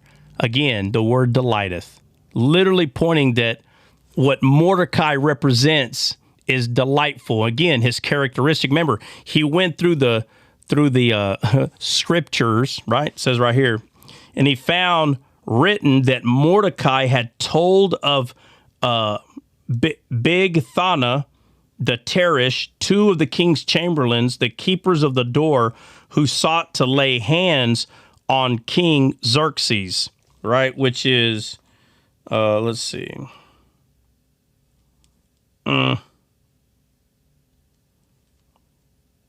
Thought it was right here. But anyway, he's looking at his deed, and we know that Haman did this because of his heart. He knew it was the right thing to do. So that's what he's trying to honor. See, he's trying to honor the heart of the people of God. That's what he's trying to honor.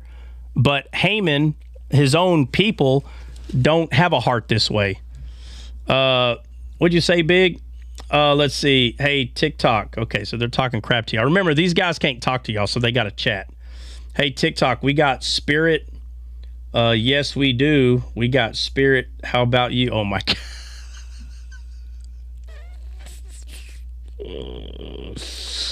Oh, man. I'm not really sure why they're giving so much hate to the TikTok watchers right now. Let me see. Y'all gonna, I'm just gonna put it. All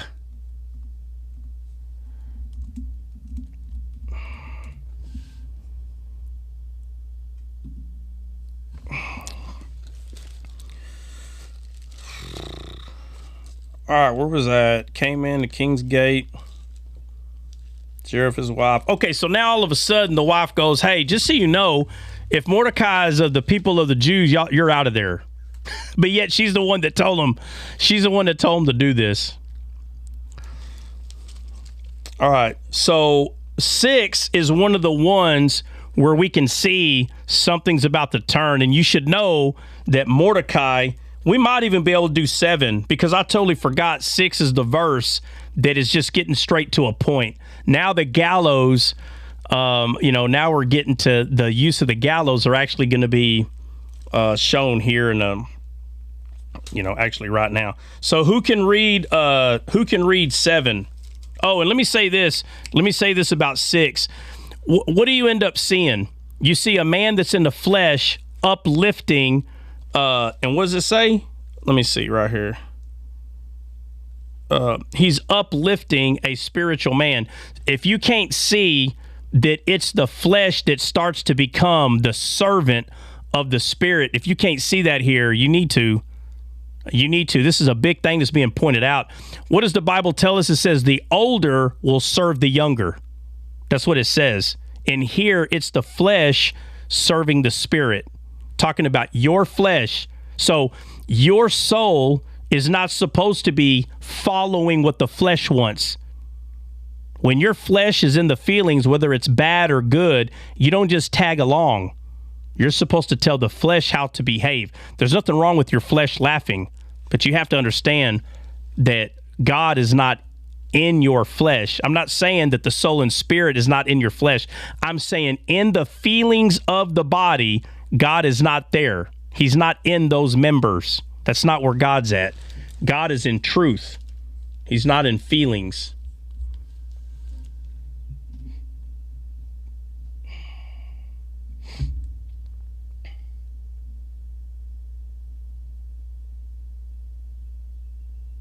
Oh, man.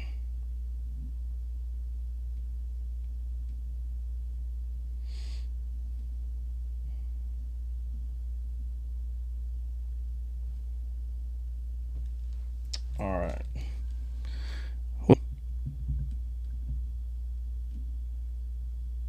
Let's see. We're at 63. That's where we are.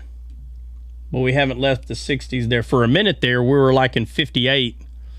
But it's not going to be easy to stay in the 60s, man. That's a hard place to be, even around the 50s, honestly. Let's see. Oh, crap, what'd I do? All right. You never know, man. We might hit C1 tomorrow. Lost that. You've lost that love and feeling? No, I haven't lost that love and feeling. Absolutely not. I'm just saying that when you start getting around the 50s, man, that's just a hard spot to hold. Spirit and flesh do have a relationship. Spirit and flesh have a relationship, love? What are you talking about? What do you mean they have a relationship? Like connected. Hey, Trump, listen. Hold on a second. Hulk, hold on a second. What are you saying, love? Well, the comment I said before that, I said spirit does manifest in the flesh, does it not? What do you mean? Like when we have first we experience a lot of things in the spirit first.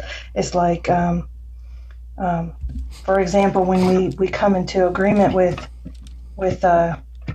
unclean spirit or a thought that's not of God, for example, we come into agreement with it. It actually affects us. But that's not your spirit coming into agreement with your flesh. That's your soul. I was saying the flesh coming into agreement with the spirit, not the other way around. What do you mean? The flesh doesn't come into agreement with the spirit. We're to command our flesh, so why wouldn't it? Yeah, your soul. Yeah, yeah, but but your soul is telling your flesh what to do, right? Not the spirit. No, I'm saying as it pertains to joy in the Lord, when we deliberately take joy in adversity, for example, that's us choosing to walk according to the spirit, and it does correlate to the flesh, but in that. Oh, okay. I see what you're saying. I see what you're saying. Yeah. So, but the soul is taking the truth from your spirit and teaching the flesh. So your flesh and spirit are not communicating. So that communication doesn't happen between the spirit and the flesh. It's the soul that is bending the knee of the flesh. Right? So I see what you're saying. So yes, the flesh does get the information, but the point is the spirit and the flesh are not communicating amongst each other. The Bible says that the flesh and the spirit are enmity. So they're not friends, and they never will be, right? Yeah, no, I didn't mean that by when I said relation. I said that's why I said / connection, because I really didn't have the right word for it. Yeah, no. So towards one another, there is no relationship. There is no connection. They're as far as the east is from the west. One is of the corruptible world, and the spirit is from the incorruptible. So they're not even a little bit connected. The thing that happens is the soul is connected to the spirit. And so the soul is the one that forces the flesh to bend its knee. Okay, the soul does, because the soul is the one that's in charge. So I think I understand what you were trying to say, but they do not have a connection, like, at all. The Bible makes it very clear. They're enmity to one another. And the Bible says that they war against one another, but not in the sense that they're communicating. But you know where the root understanding for me comes from is where the scripture says that the spirit gives life to the mortal body. So it's directly giving life to the mortal body. No, it's through the soul, though. It's not directly. It's through the soul. So again, when the Bible tells us to cast down the imagination that's talking about in the flesh, it's the soul that is casting it down, not the spirit. The spirit is not indirectly speaking to the flesh. That verse that you're bringing up, even though, first of all, if we're being getting straight to the jugular, the only way that the body listens to the spirit is because it comes from the soul. Period. The spirit is not indirectly telling the flesh what to do. It's the soul that's doing it. So if you want to say that the flesh does what the spirit says because of the soul, then yeah, that's true, but not like the spirit is directly talking to the flesh and the flesh directly talks to the soul. That part wouldn't be true. Do you understand what I'm saying? Yeah, I never heard it put that way. Yeah. Thanks. Yeah, absolutely. TikTok, these YouTube ads are off the chain. Hey, 99, I got to ask, how many are you claiming has come across your loving path there? Give me a number. Put the number in there. I'm curious. Like, it ain't got to be a perfect number, but Hulk, I'm sorry. What were you saying? Because Love was speaking, and I didn't want to interrupt what she was. Yes, I was saying, man, remember I told everybody to follow people back. Everybody do that, man. It helps the algorithm. I just gave 32 free coins just by making that one move. Unfollow and follow back. Yeah, so watch everybody's coins start changing. Yeah, so what Hulk, it helps the algorithm and it helps everything. Yeah, what Hulk is saying is if you unfollow somebody that's in the box up here, if you unfollow them and just wait a few seconds and then follow them again, it will give them coins by doing that. And it does show participation in the room. So it's just something that Hulk fell on, and I didn't know anything about it. All right, what'd you say? I've seen about 20. He's seen about 20 an hour, man. Oh, man, I'm sorry. 2 of them played back-to-back. Oh, man, I apologize. I know there was 15 people in here. Now it's back to 7 or 8 now. Yeah. My YouTube hasn't had any ads yet. Tammy, do you pay to have the ads removed or not being able to see them? Are you sure that's not it? I mean, I don't know. I'm just asking. Because I heard that if somebody pays... Because I pay for it, dude. It's like $9 or $10 or something. I don't know. But I'm just asking, Tammy, are you sure it's not because you pay? Nope, don't pay. And you know what? Not everybody's complaining about the ads. So for some reason, it's kind of get yourself some YouTube Premium. Big Net's over there like, I ain't getting the ad either. Yeah, again, guys, I am not promoting you to pay $10. I am not promoting that. I'm just throwing it out there as an option because I'm not going to make any money off of you paying $10. Like I'm not getting anything out of that. I'm just throwing it out there that it's an option. Yes, about 10 a month. Yeah, it's like $10. I don't remember what it is. I don't watch YouTube. I watch it through my browser and have no ads. Okay, thank you, Nelly, for saying that. Somebody said they watch, they don't use the app. They watch YouTube on their browser. I didn't even know that. I didn't know if you watch it on the browser, it would make a difference. So thanks for that, obviously. Let's see. Oh, follow and unfollow. That's. I'm not complaining. No, I know you're not, man. You're just giving them a hard time. Just giving the TikTok side a hard time. All right, so the few things to take from this right here, I mean, there's a lot of things you can say about it, but it wouldn't be any deep teaching, honestly. The only deep teaching that's there's a few more things, but I do want to move on to 7. I think we'll be able to finish 7 too. And we'll just hopefully we could do 8, 9, and 10. Let's see. 8's not. Hey, Try. Yeah. I missed the whole doggone thing, man. This freaking truck. It's all right. These trucks keep breaking down every truck, man. It's all right. It's recorded, man. You just go to YouTube and you can just, while you're driving, you can just listen to it. No big deal. Hey, but while I was gone, did you bring out? Cause you asked the question, why is God not mentioned? The name not mentioned, right? Yeah. But now you see here. If when I was reading, I see correctly how the king heart is delighting in Mordecai, even though he hasn't met Mordecai, right? What do you mean he hasn't met him? They know each other. But what I'm saying is, where he slept and he read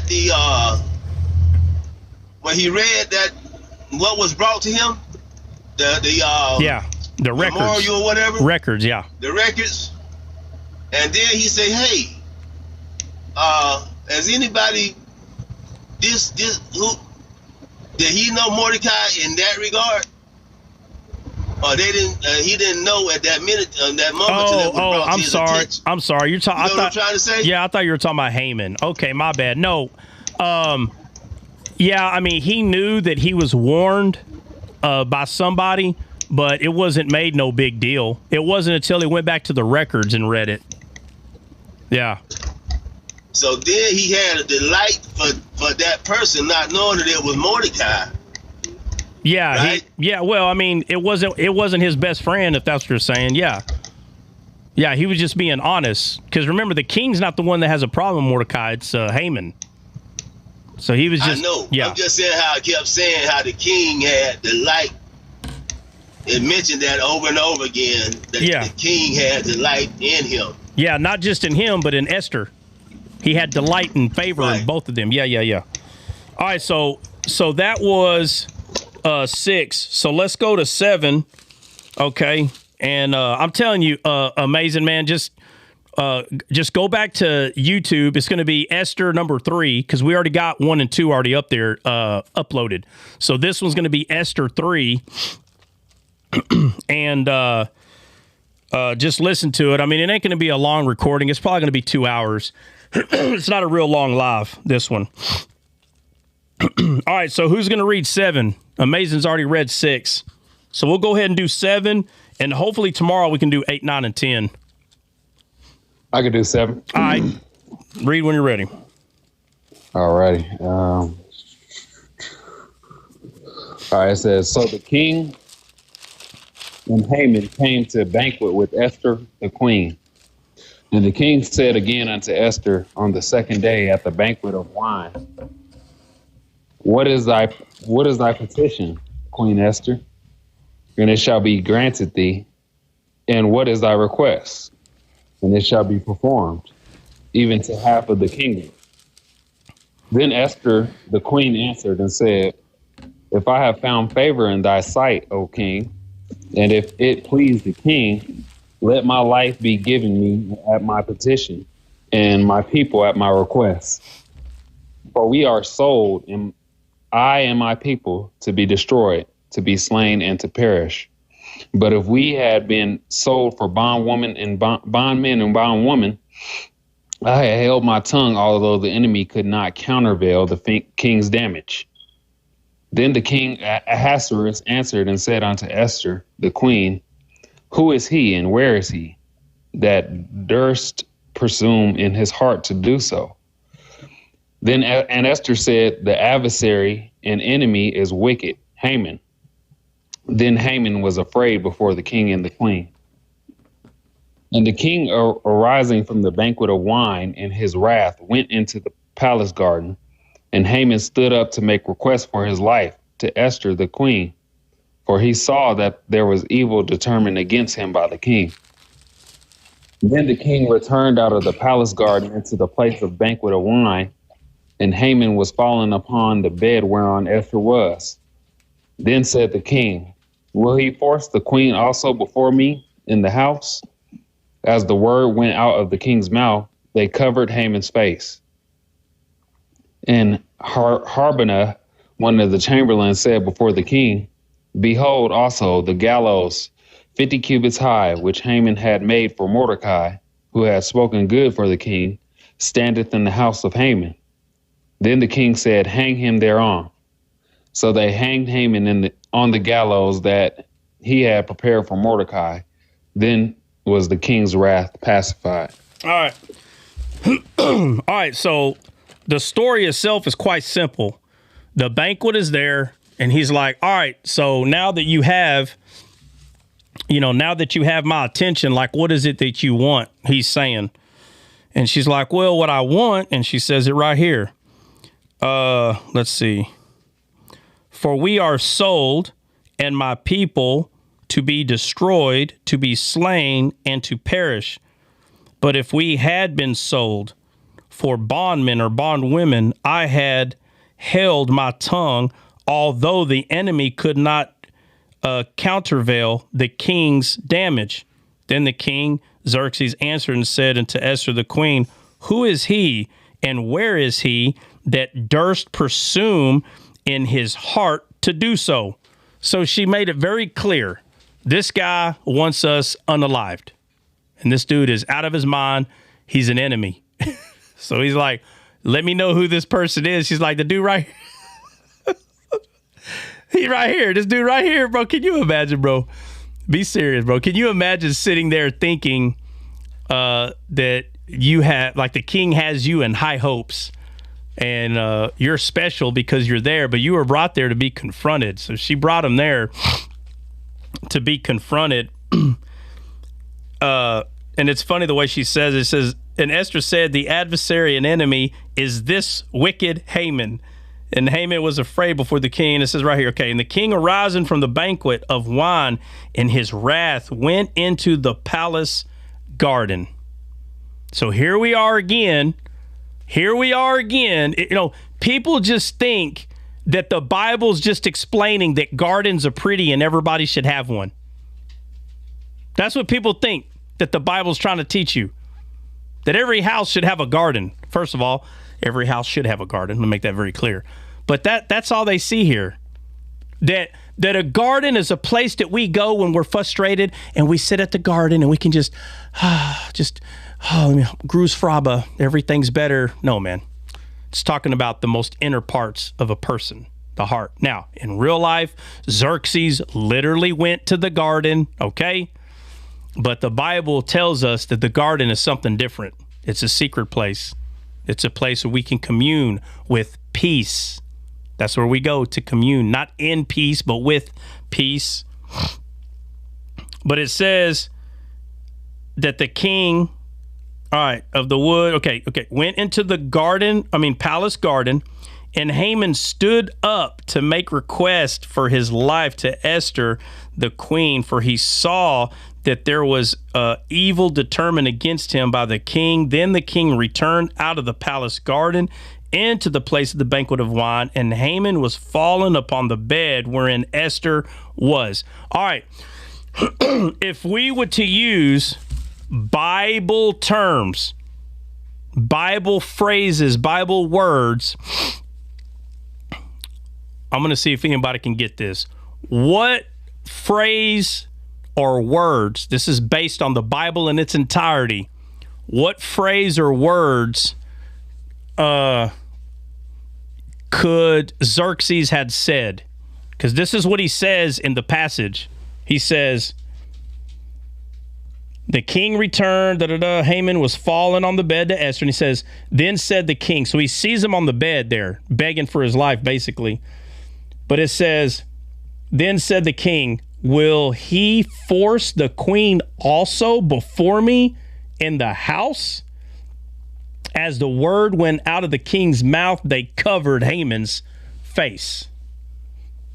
So what other phrase in the Bible, like what just happened right now, think about the rest of the Bible. You see anything like this happen? And I'm not talking about the action like him being on the bed. I'm not talking about that. But there should be stories that come to mind that resemble this. And I'm not talking about someone laying on a bed with a woman. I'm not talking about that. I'm talking about what is happening here, the totality of the circumstance. Does anybody got anything? What does this remind them of anything? Nobody? You're killing me. This don't remind nobody of nothing in the entire Bible. You don't have one, not even one. Well, I was thinking about the garden when the garden first opened, and she also called him the adversary. I thought was interesting, but I'm trying to connect it with where you're talking about. You're talking about when he was on the bed, right? No, I'm not. I don't want to give. I have a few of them in my head. My question is, does this remind anybody of anything else in the Bible? That's my question. So do yourself your own service with that. Let's see. Tom put 2 Kings. Well, Tom, that's vague. What about 2 Kings? That's a big book. Like, put some names or put some words in there other than like the book. What about 2 Kings? Anybody else want to guess or what?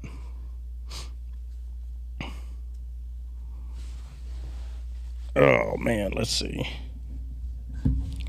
So remember, this is Esther 7.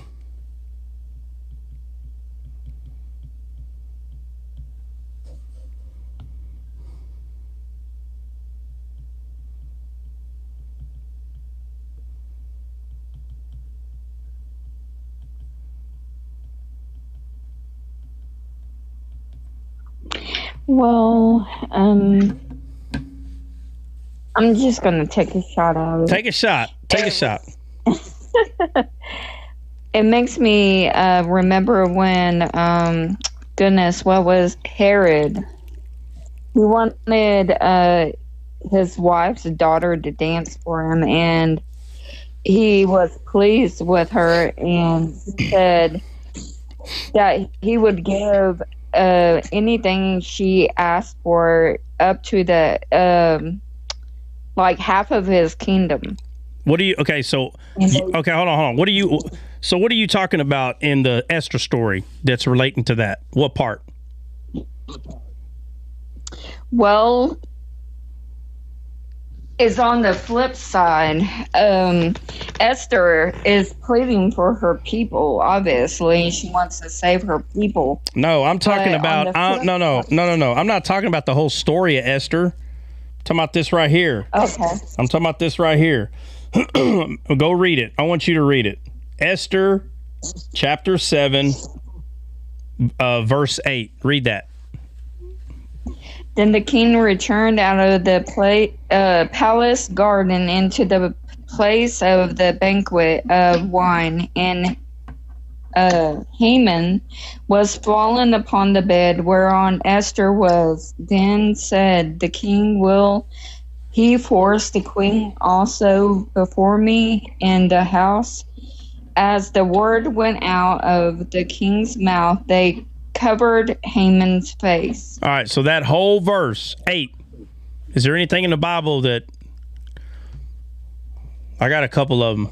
One of them, when I say one of them, you're gonna be like, oh yeah. But I just want to see if y'all have anything that pops in your head, because something should.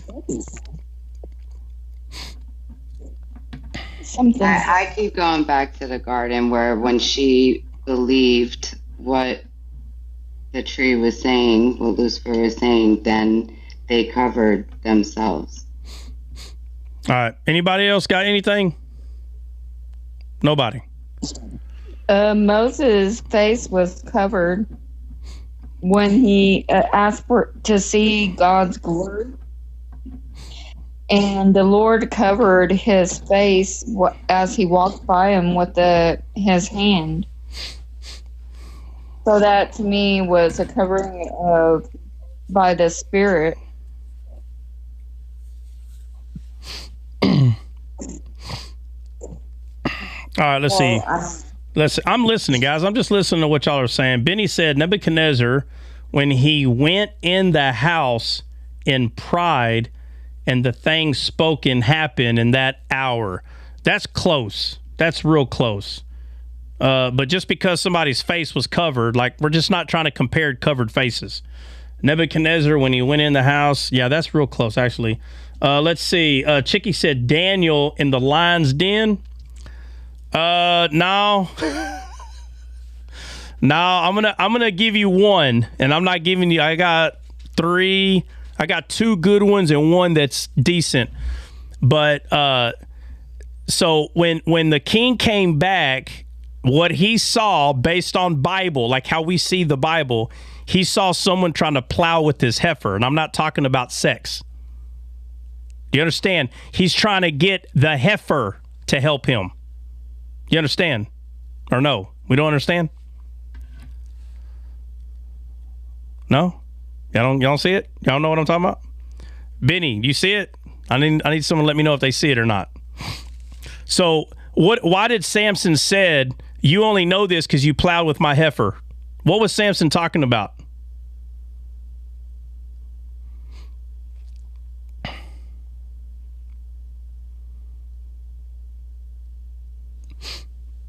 Yeah, Benny, do you see it? Yeah, Delilah. No, not Delilah. No, the Tamnath woman, the first lady. The first lady, yeah, the riddle, bro. Remember, they went and pressed. They did it 2 times. Samson had 2 Gentile women that he was trying to marry. First was a Tamnath woman, and the other one was Delilah. But both times, people that were trying to get Samson, like trying to understand Samson or persuade Samson, they went to the heifers. They went to the woman and pressed the woman to try to get either an understanding, to try to sway him. So instead of him going to the king, because he should have went with the king outside. Do you understand? But instead of him going to the king and saying, hey, listen, he tried to manipulate the king by plowing with the heifer. Okay? Meaning he went somewhere so that person can manipulate. So that's another thing we see in the Bible, is the characteristic of Satan is to manipulate. Yes, like using the heifer to plow, right? Meaning you got this understanding because you're using my heifer to plow the field. You understand? To get the gem, to get the understanding. And that's witchcraft. Yeah, that is witchcraft. So he knew, like, wait a second. Instead of you coming outside to talk to me, you stayed in here to press her to change my mind? Bro, that's a no-go. People do that today. There's people that do that today. That's not the topic today. But yes, they used her. If you watch Samson Gives the Riddle, and they go tell the Timnath woman, they say, hey, if you don't tell us, we're going to burn y'all with fire. Well, she gets scared and tells them. And then we go to Delilah, and she's like, and they tell her, hey, you need to find out how this man is strong. And she finds out.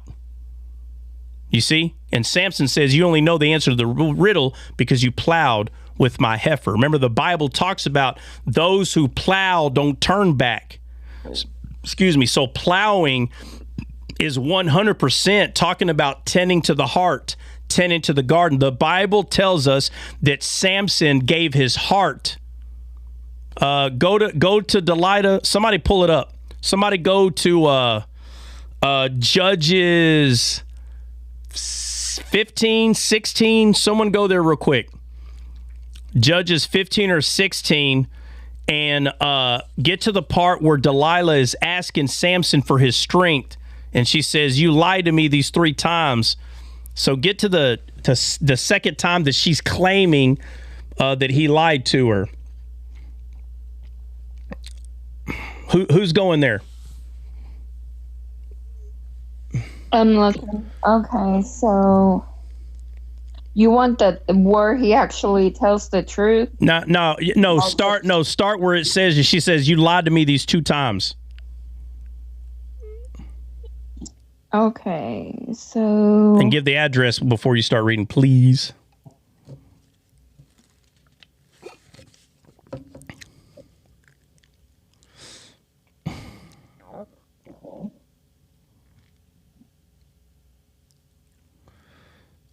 Tammy said 1610. Hope said 1613. So 1610, somewhere around there. Okay, I'll start at 10. It says, and Delilah said unto Samson, behold, thou hast mocked me and told me lies. Now tell me, I pray thee, wherewith thou mightest be bound. And he said unto her, if they bind me fast with new ropes that never were occupied, then shall I be weak and be as another man. Delilah therefore took new ropes and bound him therewith, and said unto him, what verse are you at right now? 12. Go to 14. And she fastened it with the pin, and said unto him, the Philistines be upon thee, Samson. And he awaked out of his sleep, and went the beam and with the web, and she said unto him, How canst thou say, I love thee, when thine heart is not with me? Thou hast mocked me these 3 times, and hast not told me wherein thy great strength lieth. And it came to pass, when he pressed him daily with her words, and urged him, for that his soul was vexed unto death, that he told her all his heart, and said unto her, there hath not come a razor. All right, right there. It says that he told her all of his heart, right? Yes. Okay, so that is what she's trying to do. She's trying to get him. They're using her to plow his heart. You understand? That makes sense now. Right? Yeah. To plow. Fully. Remember, plowing is about the heart. It's about, first of all, what is plowing? What is that? It's to till the ground. Right. So they're trying to get him to give up truth that's in his heart. So the first woman, so the first woman, when he gave the riddle, the only answer to the riddle is to his heart. Because remember, Samson's a shadow of Jesus. So the only way to get truth is it has to come from him.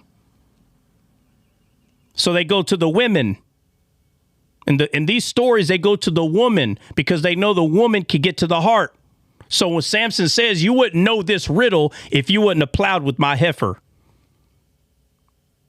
So this goes all the way back to basically, if you don't have wisdom, you don't understand what's in God's heart. True or not? True. Okay, so when it says that he gave her all of his heart, it's referring to the bride. The bride of Christ. That's what it's referring to, because only the bride has the heart. Jesus only serves the bride. Right? So that's why Satan used woman to get to. Right. He plowed with his heifer. Yes. Yeah. I've been teaching this for 15 years. How are we just seeing this? Yes. Right? Y'all see it? Okay. Yeah, we see it. Okay, so again, listen. So the characteristic. I go through this all the time. Show me in the Bible the characteristic of Satan. What is it?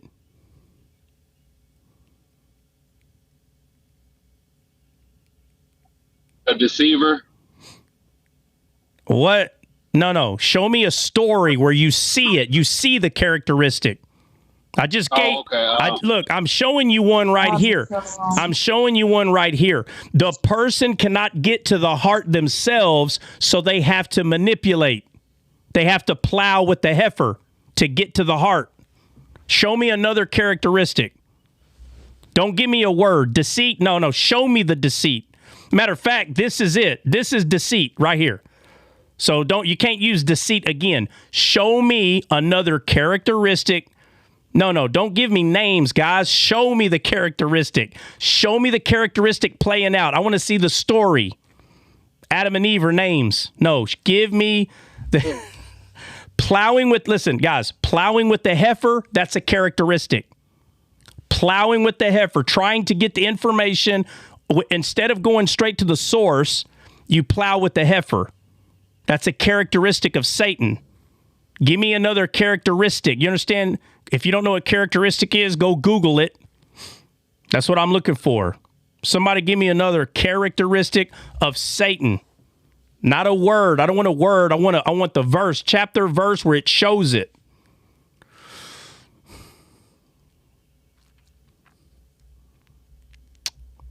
Nobody can think.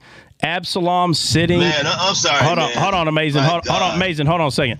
Absalom sitting in the gate, stealing the hearts of the people. Yes, that's a characteristic right there. He put himself at the gate, and he knew that if he could get everybody to pay attention to him, he stole the hearts of the people. And so because he stole the hearts of the people, he don't got to go straight to the heart. Everybody will start looking at him. So Absalom's story, 100% characteristic of Satan. Job's wife, yes, that is a characteristic of Satan. Job's wife, 100%. Nebuchadnezzar. Nebuchadnezzar? His counsels when they plotted against Daniel. Okay, yeah, well, yeah, but that's not specific enough. But it's not. You're not lying. Can we have a minute to process? I want to get this. Yeah, I hope. Just ask a question. Let's see. Trying to win the hearts of people. Well, yeah, but trying to win the hearts of people to take them away from God. But what I'm saying is I need to see it in the Bible. Don't just say it. I need you to show me in the Bible a characteristic of Satan. Show me in the Bible. Don't just say Satan's mean. Show me in the Bible what, like, his characteristic. Because I got a few of them, and when I show you, you'll understand what I'm saying.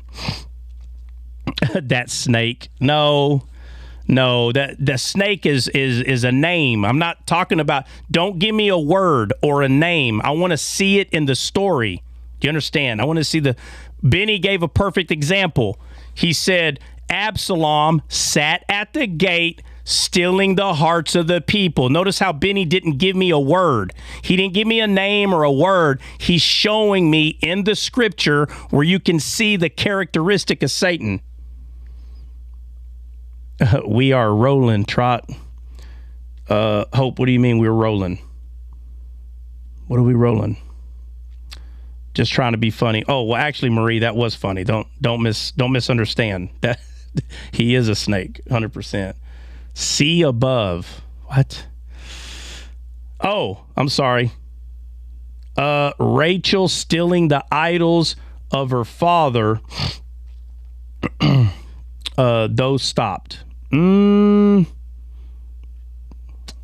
well, let me say this, Hope. TikTok doesn't allow you to type a lot in, so it doesn't allow you to type. Rachel, the idols of her father. Let's see. When the Chaldeans came to the king and Daniel and tried to get the king to throw Daniel and them in or not Daniel, Shadrach, Meshach, and Abednego in the furnace. Yeah, well, yeah, okay, yeah, but that's more an act of Satan. I'm talking about a characteristic. So let me just get there. I'm not saying anybody's wrong, okay? I'm not saying anybody's wrong. Could have swayed like David's wife. Yeah, I'm not saying none of y'all are wrong, but I'm really talking about the characteristic. Look, watch this. When before Adam ate the fruit of the tree of the knowledge of good and evil, did he hide? Was he hiding before that? No. But after he ate, all of a sudden he thought it was a good idea to hide, right? Right. All right, because he's in fear. So fear is a characteristic of Satan, but where do we see that? We see that when Adam starts hiding. How do we know it's true? Because Gideon, and remember, all these children after Adam, they're all fallen. So they're all going to have the characteristics of Satan. All of them are. So Gideon, he knows they're about to be taken over by these Gentiles, and it says he went to the threshing floor to hide food, to hide the wheat. Hiding is a characteristic of Satan. You understand? It's a characteristic. I'm not talking about the acts. I don't want to hear the ugly things that Satan did. That's not what I'm talking about. I'm saying when you're reading the Bible, you should be able to pick up where Satan is based on the person's character. And I'm not talking about if they're mean or not. I'm talking about everything other than the obvious. The obvious things, guys, we already know the obvious things. Satan's mean. We already know that. I'm not talking about that. I'm saying you notice that people start hiding. After Elijah unalives the 350 prophets of Baal on Mount Carmel, it says he ran to a cave and hid. Is that a characteristic of God or Satan? Satan. Okay, so he's hiding. Gideon hiding the wheat. Adam hid. How do we know that that's a characteristic of a Satan? Because when Joshua goes into the land of Canaan, it says the 5 kings ran and hid in a cave. Who does that? What does the Bible say that we're supposed to do? Hide? What do we do? What do believers do? Stand on top of the hill. All right. It says, let your light shine. Let your light shine. So standing on top. So Samson, after he gets mad because he knows that people are lying in wait next to the gate, it says he goes to the gate, rips the gate up and the post, and it takes it to a hill and puts the gate on the hill. Because the gate, which is the entrance to the heart, is supposed to be seen by the people, not hidden, right? Right. Okay, so that's what I mean by characteristics. So when we see a person pressing a woman for the sake of the man that they're with, when we see that kind of press, it's a characteristic of Satan. That's why Samson says, if you would not have plowed with my heifer, you would not know the answer to this riddle. But if you notice, they don't go to the man. They always go to the woman. Does anybody know why?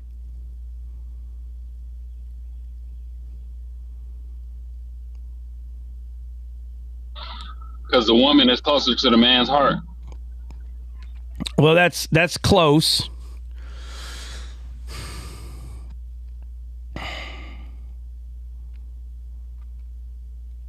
Anybody? Yeah, Gene said it. Gene said the answer. Because it's wisdom. So why, listen to my question. I've been asking it all day for a reason. Why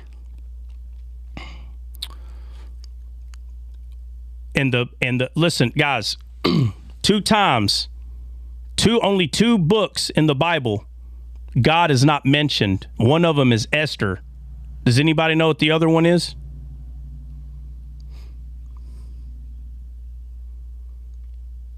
I guess not.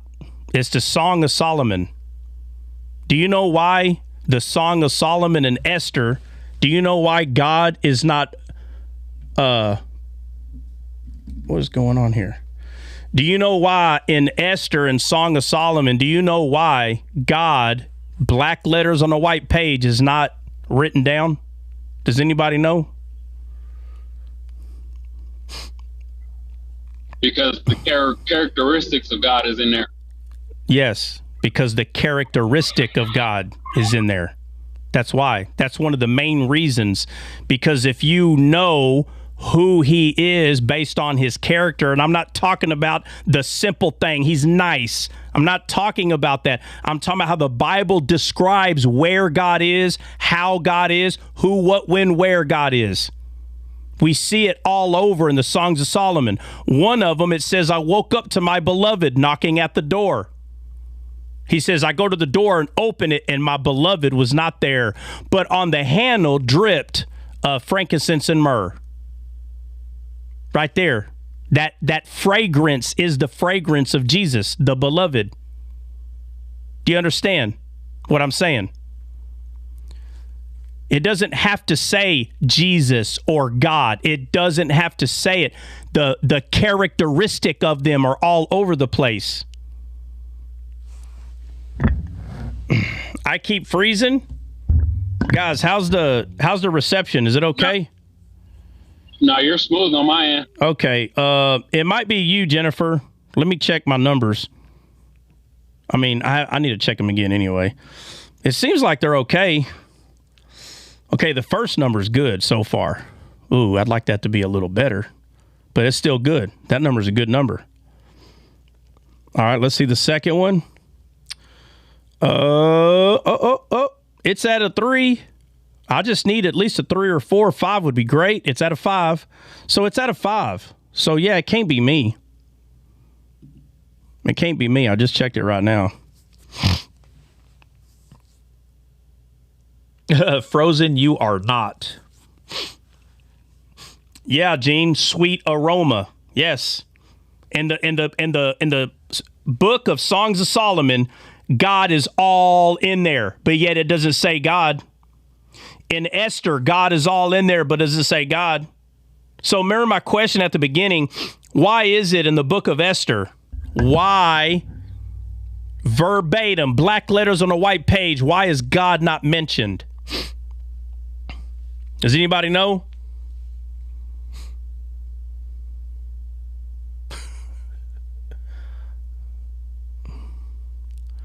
I guess we'll answer it today. I was going to wait till tomorrow, but there's other things we can talk about tomorrow. But I'm going to say this so tomorrow makes even more sense. Because of wisdom, well, I did say that wisdom is the answer, Vakima, but that's not the most correct answer.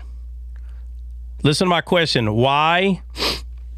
Be more specific. If you think you know, be specific. Why is God's name verbatim, like God? Why is he not spoken of like he is in the rest of the books?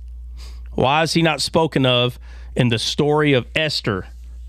Because relationships are a mess. We can see him with our spirit. Well, that's true too. That's true too, because it was about the Jews doing for themselves. No, it was God doing it, but it doesn't have to mention it that way. We clearly know it's God's favor that's in there. Foreshadows, obviously it's a foreshadow. And in Esther, he's the scepter. What? Misunderstood. Read that again. I see Esther's and type that out again, misunderstood. I don't know what you mean. Because he was making your picture for his wallet. Yes, 100%. That is exactly correct. Okay. She was saving her people. Well, she was saving her people, but the question is, why isn't God mentioned?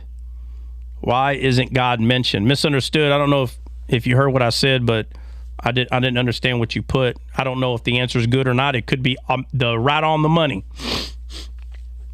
Let's see, because hold on a second. He's the rod. Well, he is the rod. He is the rod. That's true. But when I give you the answer, you might be downfounded. Because he's the author of it. Well, he is the author of it because it's talking about his character. It is talking about his character. But as soon as I get let's see, women can persuade men. Well, yeah, women can persuade man. That's true. Real good over here. Yeah, thank you for that. I appreciate that. 99, let me know the reception's good. Trey, I'm sorry. I didn't read your comment sooner. Lady, wisdom and truth. Jesus reflecting God. That's a close answer. Hope. Noel, it shows his power without mentioning him. That is actually true, but that's not the most correct answer. Trust me, when I give you the answer, you'll understand why I'm asking this. It's very important. He is there, but he is hidden behind the veil. Yeah, that's true, because that's a shadow. Man, I don't know. Something to do with her wisdom taking care of it. Well, it does have to do with wisdom, obviously. Faith comes by hearing and not by sight. That's true, too. Yep. The good thing is everybody's pretty much, y'all are bouncing all the way around it. 100%. I give you my word. The good thing is y'all all can see something, right? But the Bible makes it very clear, right? What does it say about what we see right now? What does the verse say? I don't want to say the actual verse, but what does it say about what we can see right now?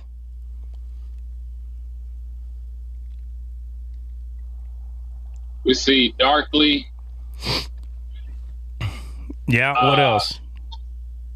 How about we see in part, right? We see in part, it says. Right. Oh, was somebody trying to come up? Oh, I thought somebody was trying to come up. All right, let me know when y'all want me to throw the jugular out there. We ready. Y'all ready? All right, put a one in the chat, both on TikTok and YouTube. Put a 1 in the chat if you just want me to just blurt it out already. Put a 2 if you think you need one more final guess. I'm seeing a bunch of 1s in TikTok. What about, okay, I'm seeing 1s. There's only 5 people on YouTube. Hey, God, everybody came over here. Is that because I'm staring at the TikTok screen? Y'all got tired of it. Agape put a 2. Agape, you got 30 seconds. Nina, you did you throw a guess out there or what? No, but I'm waiting for the jugular. All right. Agape, you got 30 seconds counting down. After that, I'm sticking it to the business. Kelly put a 3. Kelly put, what's 3 mean? Tell us tomorrow. Is that what a 3 is? The good thing is we got to Esther 7 today. I'm actually excited that we were able to get there. Nina, come on, throw a dice. She's like, roll the dice. Do it. Ryan put a half. Not a 1, not a 2, not a 3, a half. Put a half right there. Always that one in the crowd. All right, Agape say he lives in us. He's sovereign. All right, well, that is true. He does live in us, and he is sovereign to a point. He ain't all sovereign like people say. You have a choice in the matter. All right, I put you out on blast. Okay, so the question was, why is God not verbatim? You can't show book, chapter, and verse where it says God. Why is it not in there that way? Not just in Esther, but in Songs of Solomon. And I saw some people put Ruth, but that's not true because there's a part in Ruth more than once, though. But Esther says, your people will be my people and your God will be my God. So God is mentioned in the book of Ruth. It may not be in there a whole lot, but it's in there. But in the book of Esther and in Songs of Solomon, it's not there. Dre, you want to take a stab at it or you just want me to get to it? I don't even know what's going on. When Jordan sent me an invite, I'm at work. My question was why in the book of Esther is God not mentioned verbatim? That's the question.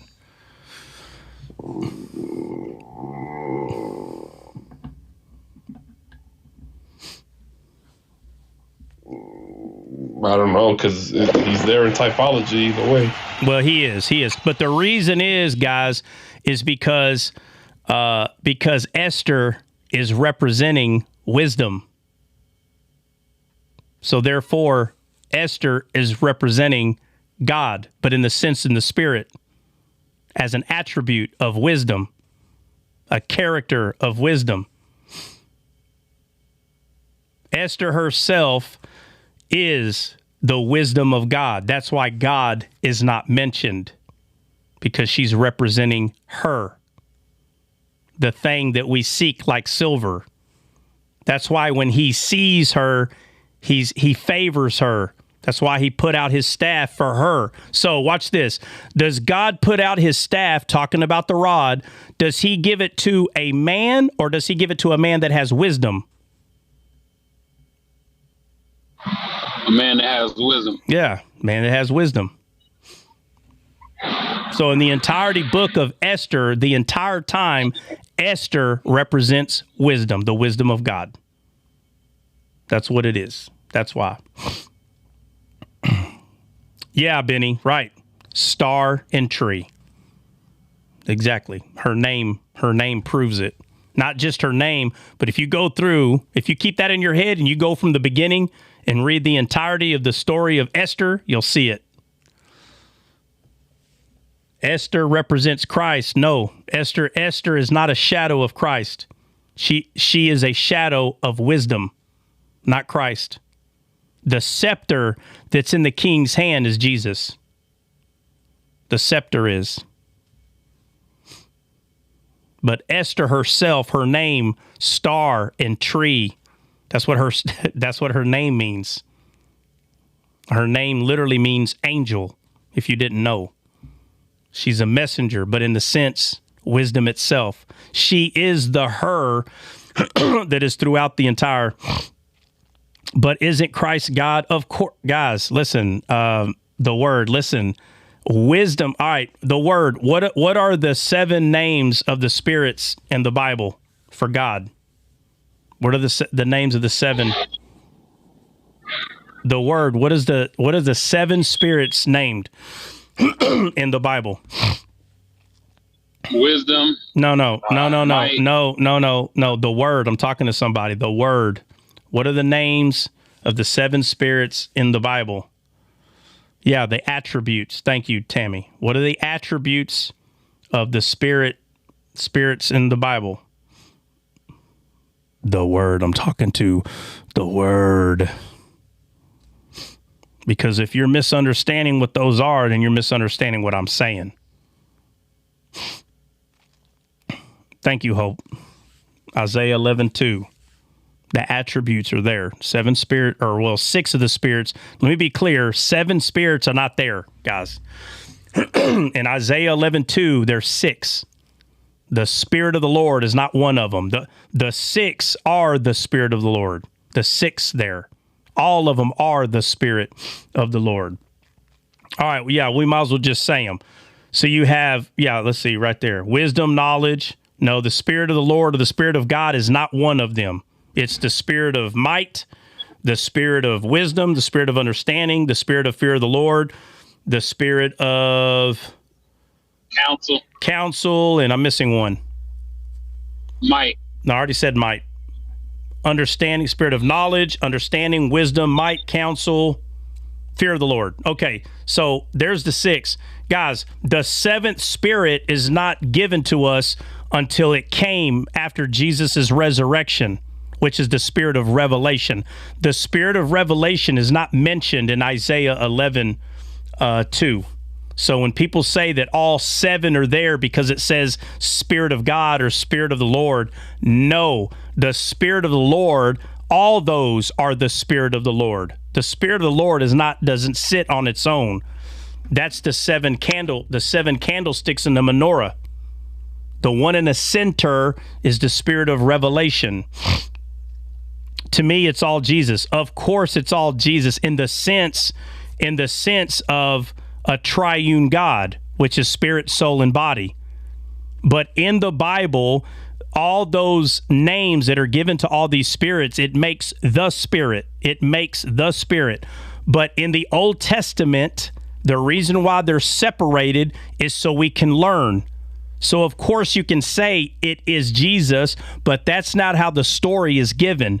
The story is given that in the feminine term, wisdom itself is a female. I'm talking about the attribute. So it's important, is what I'm saying. You can call it Jesus, but there is no validity when you just say that. Someone is not going to just understand what you mean if you just call everything Jesus. They're not. But when you break it down, when you allow wisdom, when you allow her to open the scripture, right? When you plow with his heifer, you understand? Even though it's not us plowing, it's the Spirit that lives in us, which means his heart is in us so we can understand scripture.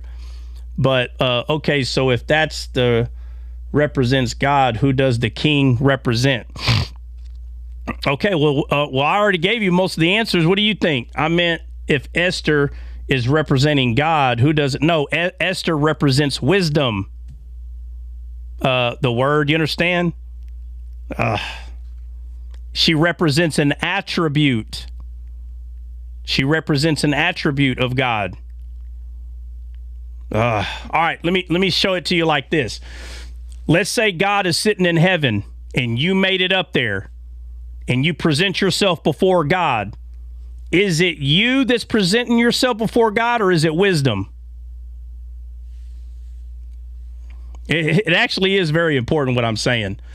Nobody can put themselves before God. 100%, it would have to be the Spirit of wisdom. So for instance, you got Jacob and Esau. It was his mother that said, go put on his garments, go unalive that animal and put the hair over your skin, and don't worry about the venison. I know how to make it. Who was it that prepared the banquet in the story of Esther? No, in the story of Esther, who prepared the banquet when she invited Esther? Esther prepared the banquet. Who prepared Jacob to stand before the father to receive the inheritance? Who prepared that?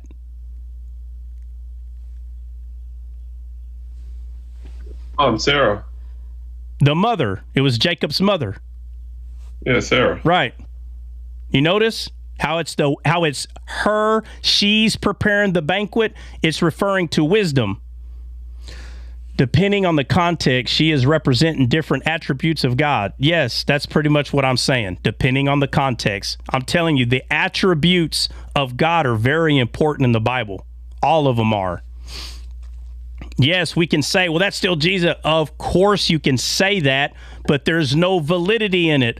Dre's got a friend named Renegade, and I'm telling you, a carnal-minded person like him, he cannot stand it when people just say Jesus. I'm telling you, a lot of people can't because there's no validity. You're not able to show what it is you're saying. It doesn't mean that they're going to see it, but people who can see the breakdown of the attributes of how wise God is, that he's able to not only show you the Spirit, but he can show you how each characteristic or each attribute of the Spirit plays a part in the Bible, right?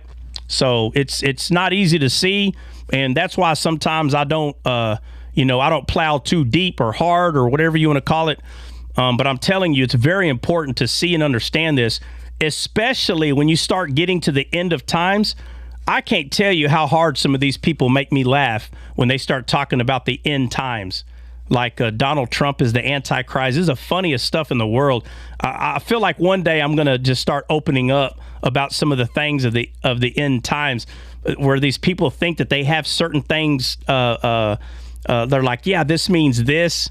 And I'm telling you, I haven't found one person on TikTok that makes sense of anything about the end times, not even a little bit. And one day I'll go through some of it, but if these things that I'm talking about are not understood, that's why these people are way off. They think they hop to the end times and they can see all the end times. I start asking them questions about these little things over here, and they're like, I don't care about that. That's how I know that you're plowing with the wrong heifer, because what you're saying about the end times is not adding up. It makes no sense because your attributes of the Spirit are wrong. When you say that Donald Trump comes from the West, see, that's America. That's the dumbest thing I ever heard in my life. That's not what it's saying. The Bible, God has a different map than us, and I can prove it. The East and West is referring to the Garden of Eden, to the area where things are uncorruptible. The West is pointing to the world, things that are corruptible. It's not telling you to look at your map. Well, the East is America. That is not what that is saying. But because they skipped all this and think they're trying to be clever and just go straight to the Revelation and the book of Daniel and Ezekiel, that makes no sense. So you read the last book in the Bible, and then you go to these two other books and you're trying to figure out how they communicate with one another. But the rest of the books, which is 63 books, by the way, you can't put none of that together. Lord have mercy. This stuff is very important. The whole world is West. What?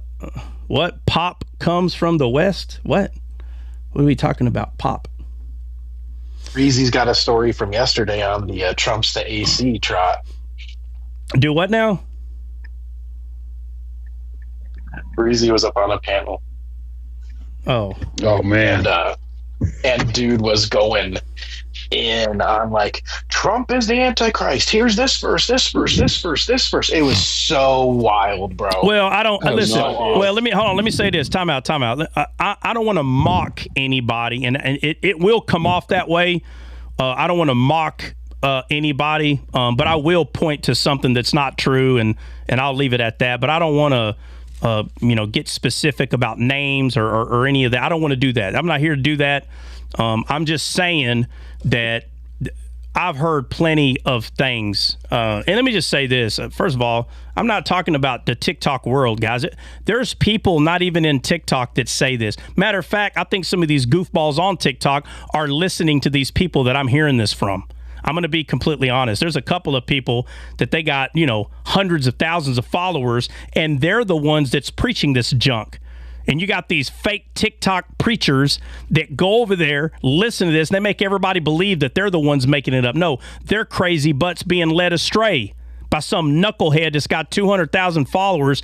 Every time there's a president, these knuckleheads say they're the Antichrist. And a couple of weeks ago, the guy I'm talking about, I never even seen him on TikTok. He was over here talking about the reason that he's Antichrist. Like, here's one, here's two, 15 or however many there are that he's claiming. I don't care if it's 50. What you're doing is you're taking 50 things and you're just forcing them on Trump. This guy's and it says right here, he's got a number. The guy literally said, this wasn't even 2 weeks ago, but he said he's got a number. His number it's either 45 or 47, but it's a presidential number. And I said, so that's the number that he has. That's funny because every president has a number. It's the dumbest crap I ever heard. This is the most carnal junk I ever heard in my life. Now, again, I'm not angry, but when I heard that guy say that a couple of weeks ago, if I would have had food in my mouth, somebody would have got it on their face. That this guy was saying that talking about prophecy, and he's got a number. And he's like, see? And again, I don't remember what number of Donald Trump they're referring to, whether it's 45 or 47, but they're talking about the presidential number. And they're like, see? He has it. I was like, bro, all the presidents have numbers. Are you serious? So all of them get the heck out of here. That nonsense. And that's exactly what this dude said. All right, well, whatever. They say little horn. Well, yeah, they say the little horn. I'm like, oh, my God. I mean, bro... Oh, my Lord. And then the guy was showing pictures of him receiving stuff from some other country. And he's like, see, he got that. I'm like, oh, my gosh, bro. It's just the craziest stuff. And I'm like, okay, well, so when is he going to start when is he going to start doing the Antichrist stuff? Oh, well, he's already doing it. No, bro. Somebody tell me, what's the point of the Antichrist? What is the Antichrist? Overall, what is he going to do? Nobody knows? God is going to start doing miracles. Hey, Bill, I heard nothing you said. You didn't hear me? No, let me tell you what I hear. This is what I hear. That's what I'm hearing. I can't hear nothing you're saying. How about... Yeah, that's the AC in the car. How about now? That's better. Whatever you're doing, that's better right there. Okay. Yeah. No, he's gonna claim that he is God. They're supposed to worship him, and he's gonna supposedly do miracles. Okay. All right. So the claiming God part is somebody show me the verse. I need the verse where he's claiming to either be God or something similar to God. I need a verse because what I keep hearing is every time someone says that somebody's the Antichrist, they always point at all the little things. But there's a couple of freaking big things that this guy's going to do, and I want to see if anybody here knows. We have been witnessing to the Antichrist for many years, now standing on the pulpit. Daniel 9, yeah, matter of fact, I think it is in Daniel 9. Would you say 27? Yeah. All right, so somebody read it. Daniel 9:27. Somebody read that. Let me see what it says. It says, and he shall confirm the covenant with many for 1 week, and in the midst of the week he shall cause the sacrifice and oblation to cease, and for the overspreading of abominations he shall make it desolate, even until the consummation, and that determined shall be poured upon the desolate. Okay, is that the biggest thing that the Antichrist is said to do? Is that the big? Understand the question I'm asking. The biggest thing that he's supposed to be doing, he's going to be involved in this huge thing. No, the huge thing that he's going to be is making peace on earth, getting all nations to come to peace.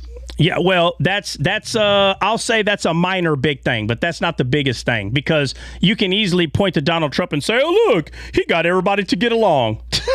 There, he fulfilled prophecy. Get the heck out of here. That ain't it. That ain't it. Let's see. I want to see.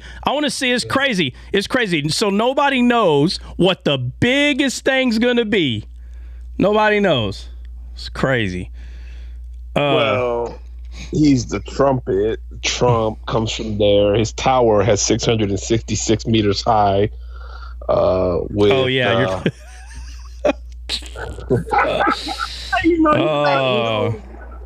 He's going to cause people to worship him.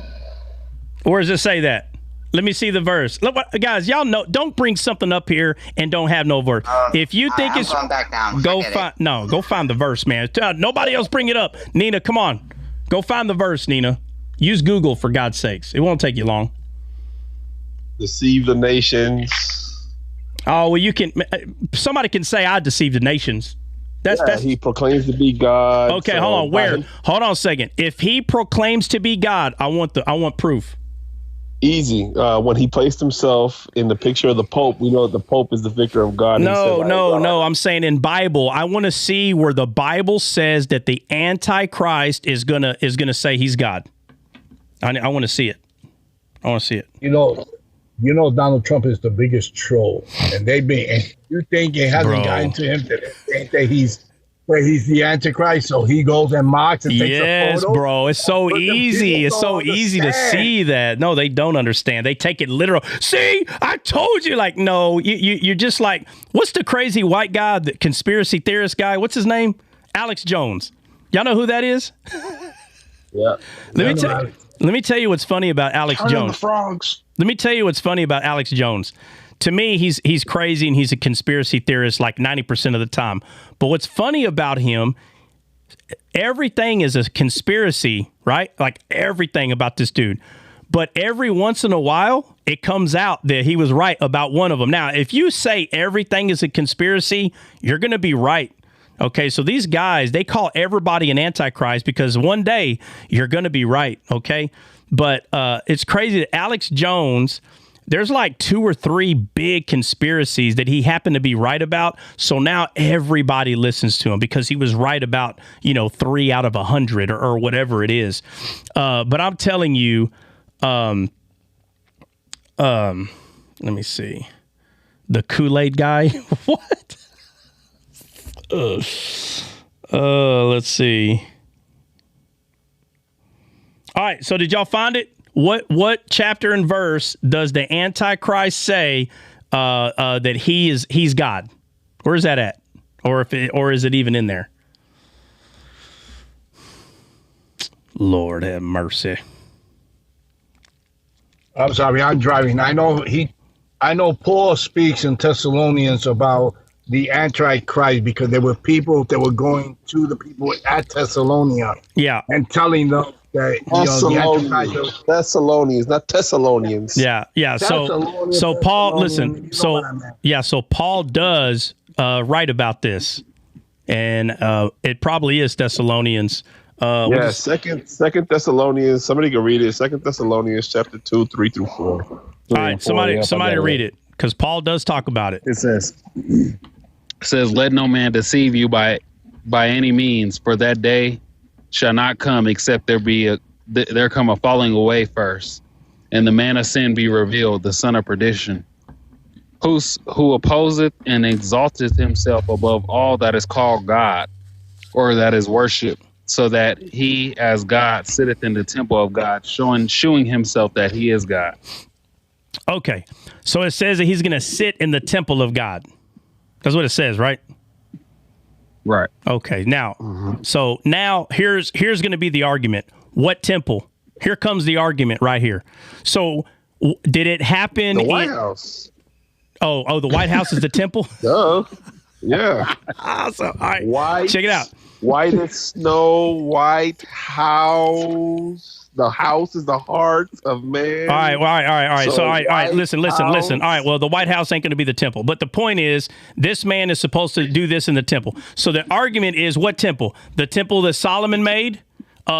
Is it going to be the 3rd temple, the 12th, the 20th? And then you'll hear people say, oh, well, it's this temple. And so it's like, well, what temple is it?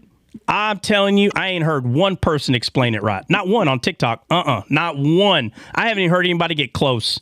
So what you have is people fighting for a 3rd physical temple. So watch this.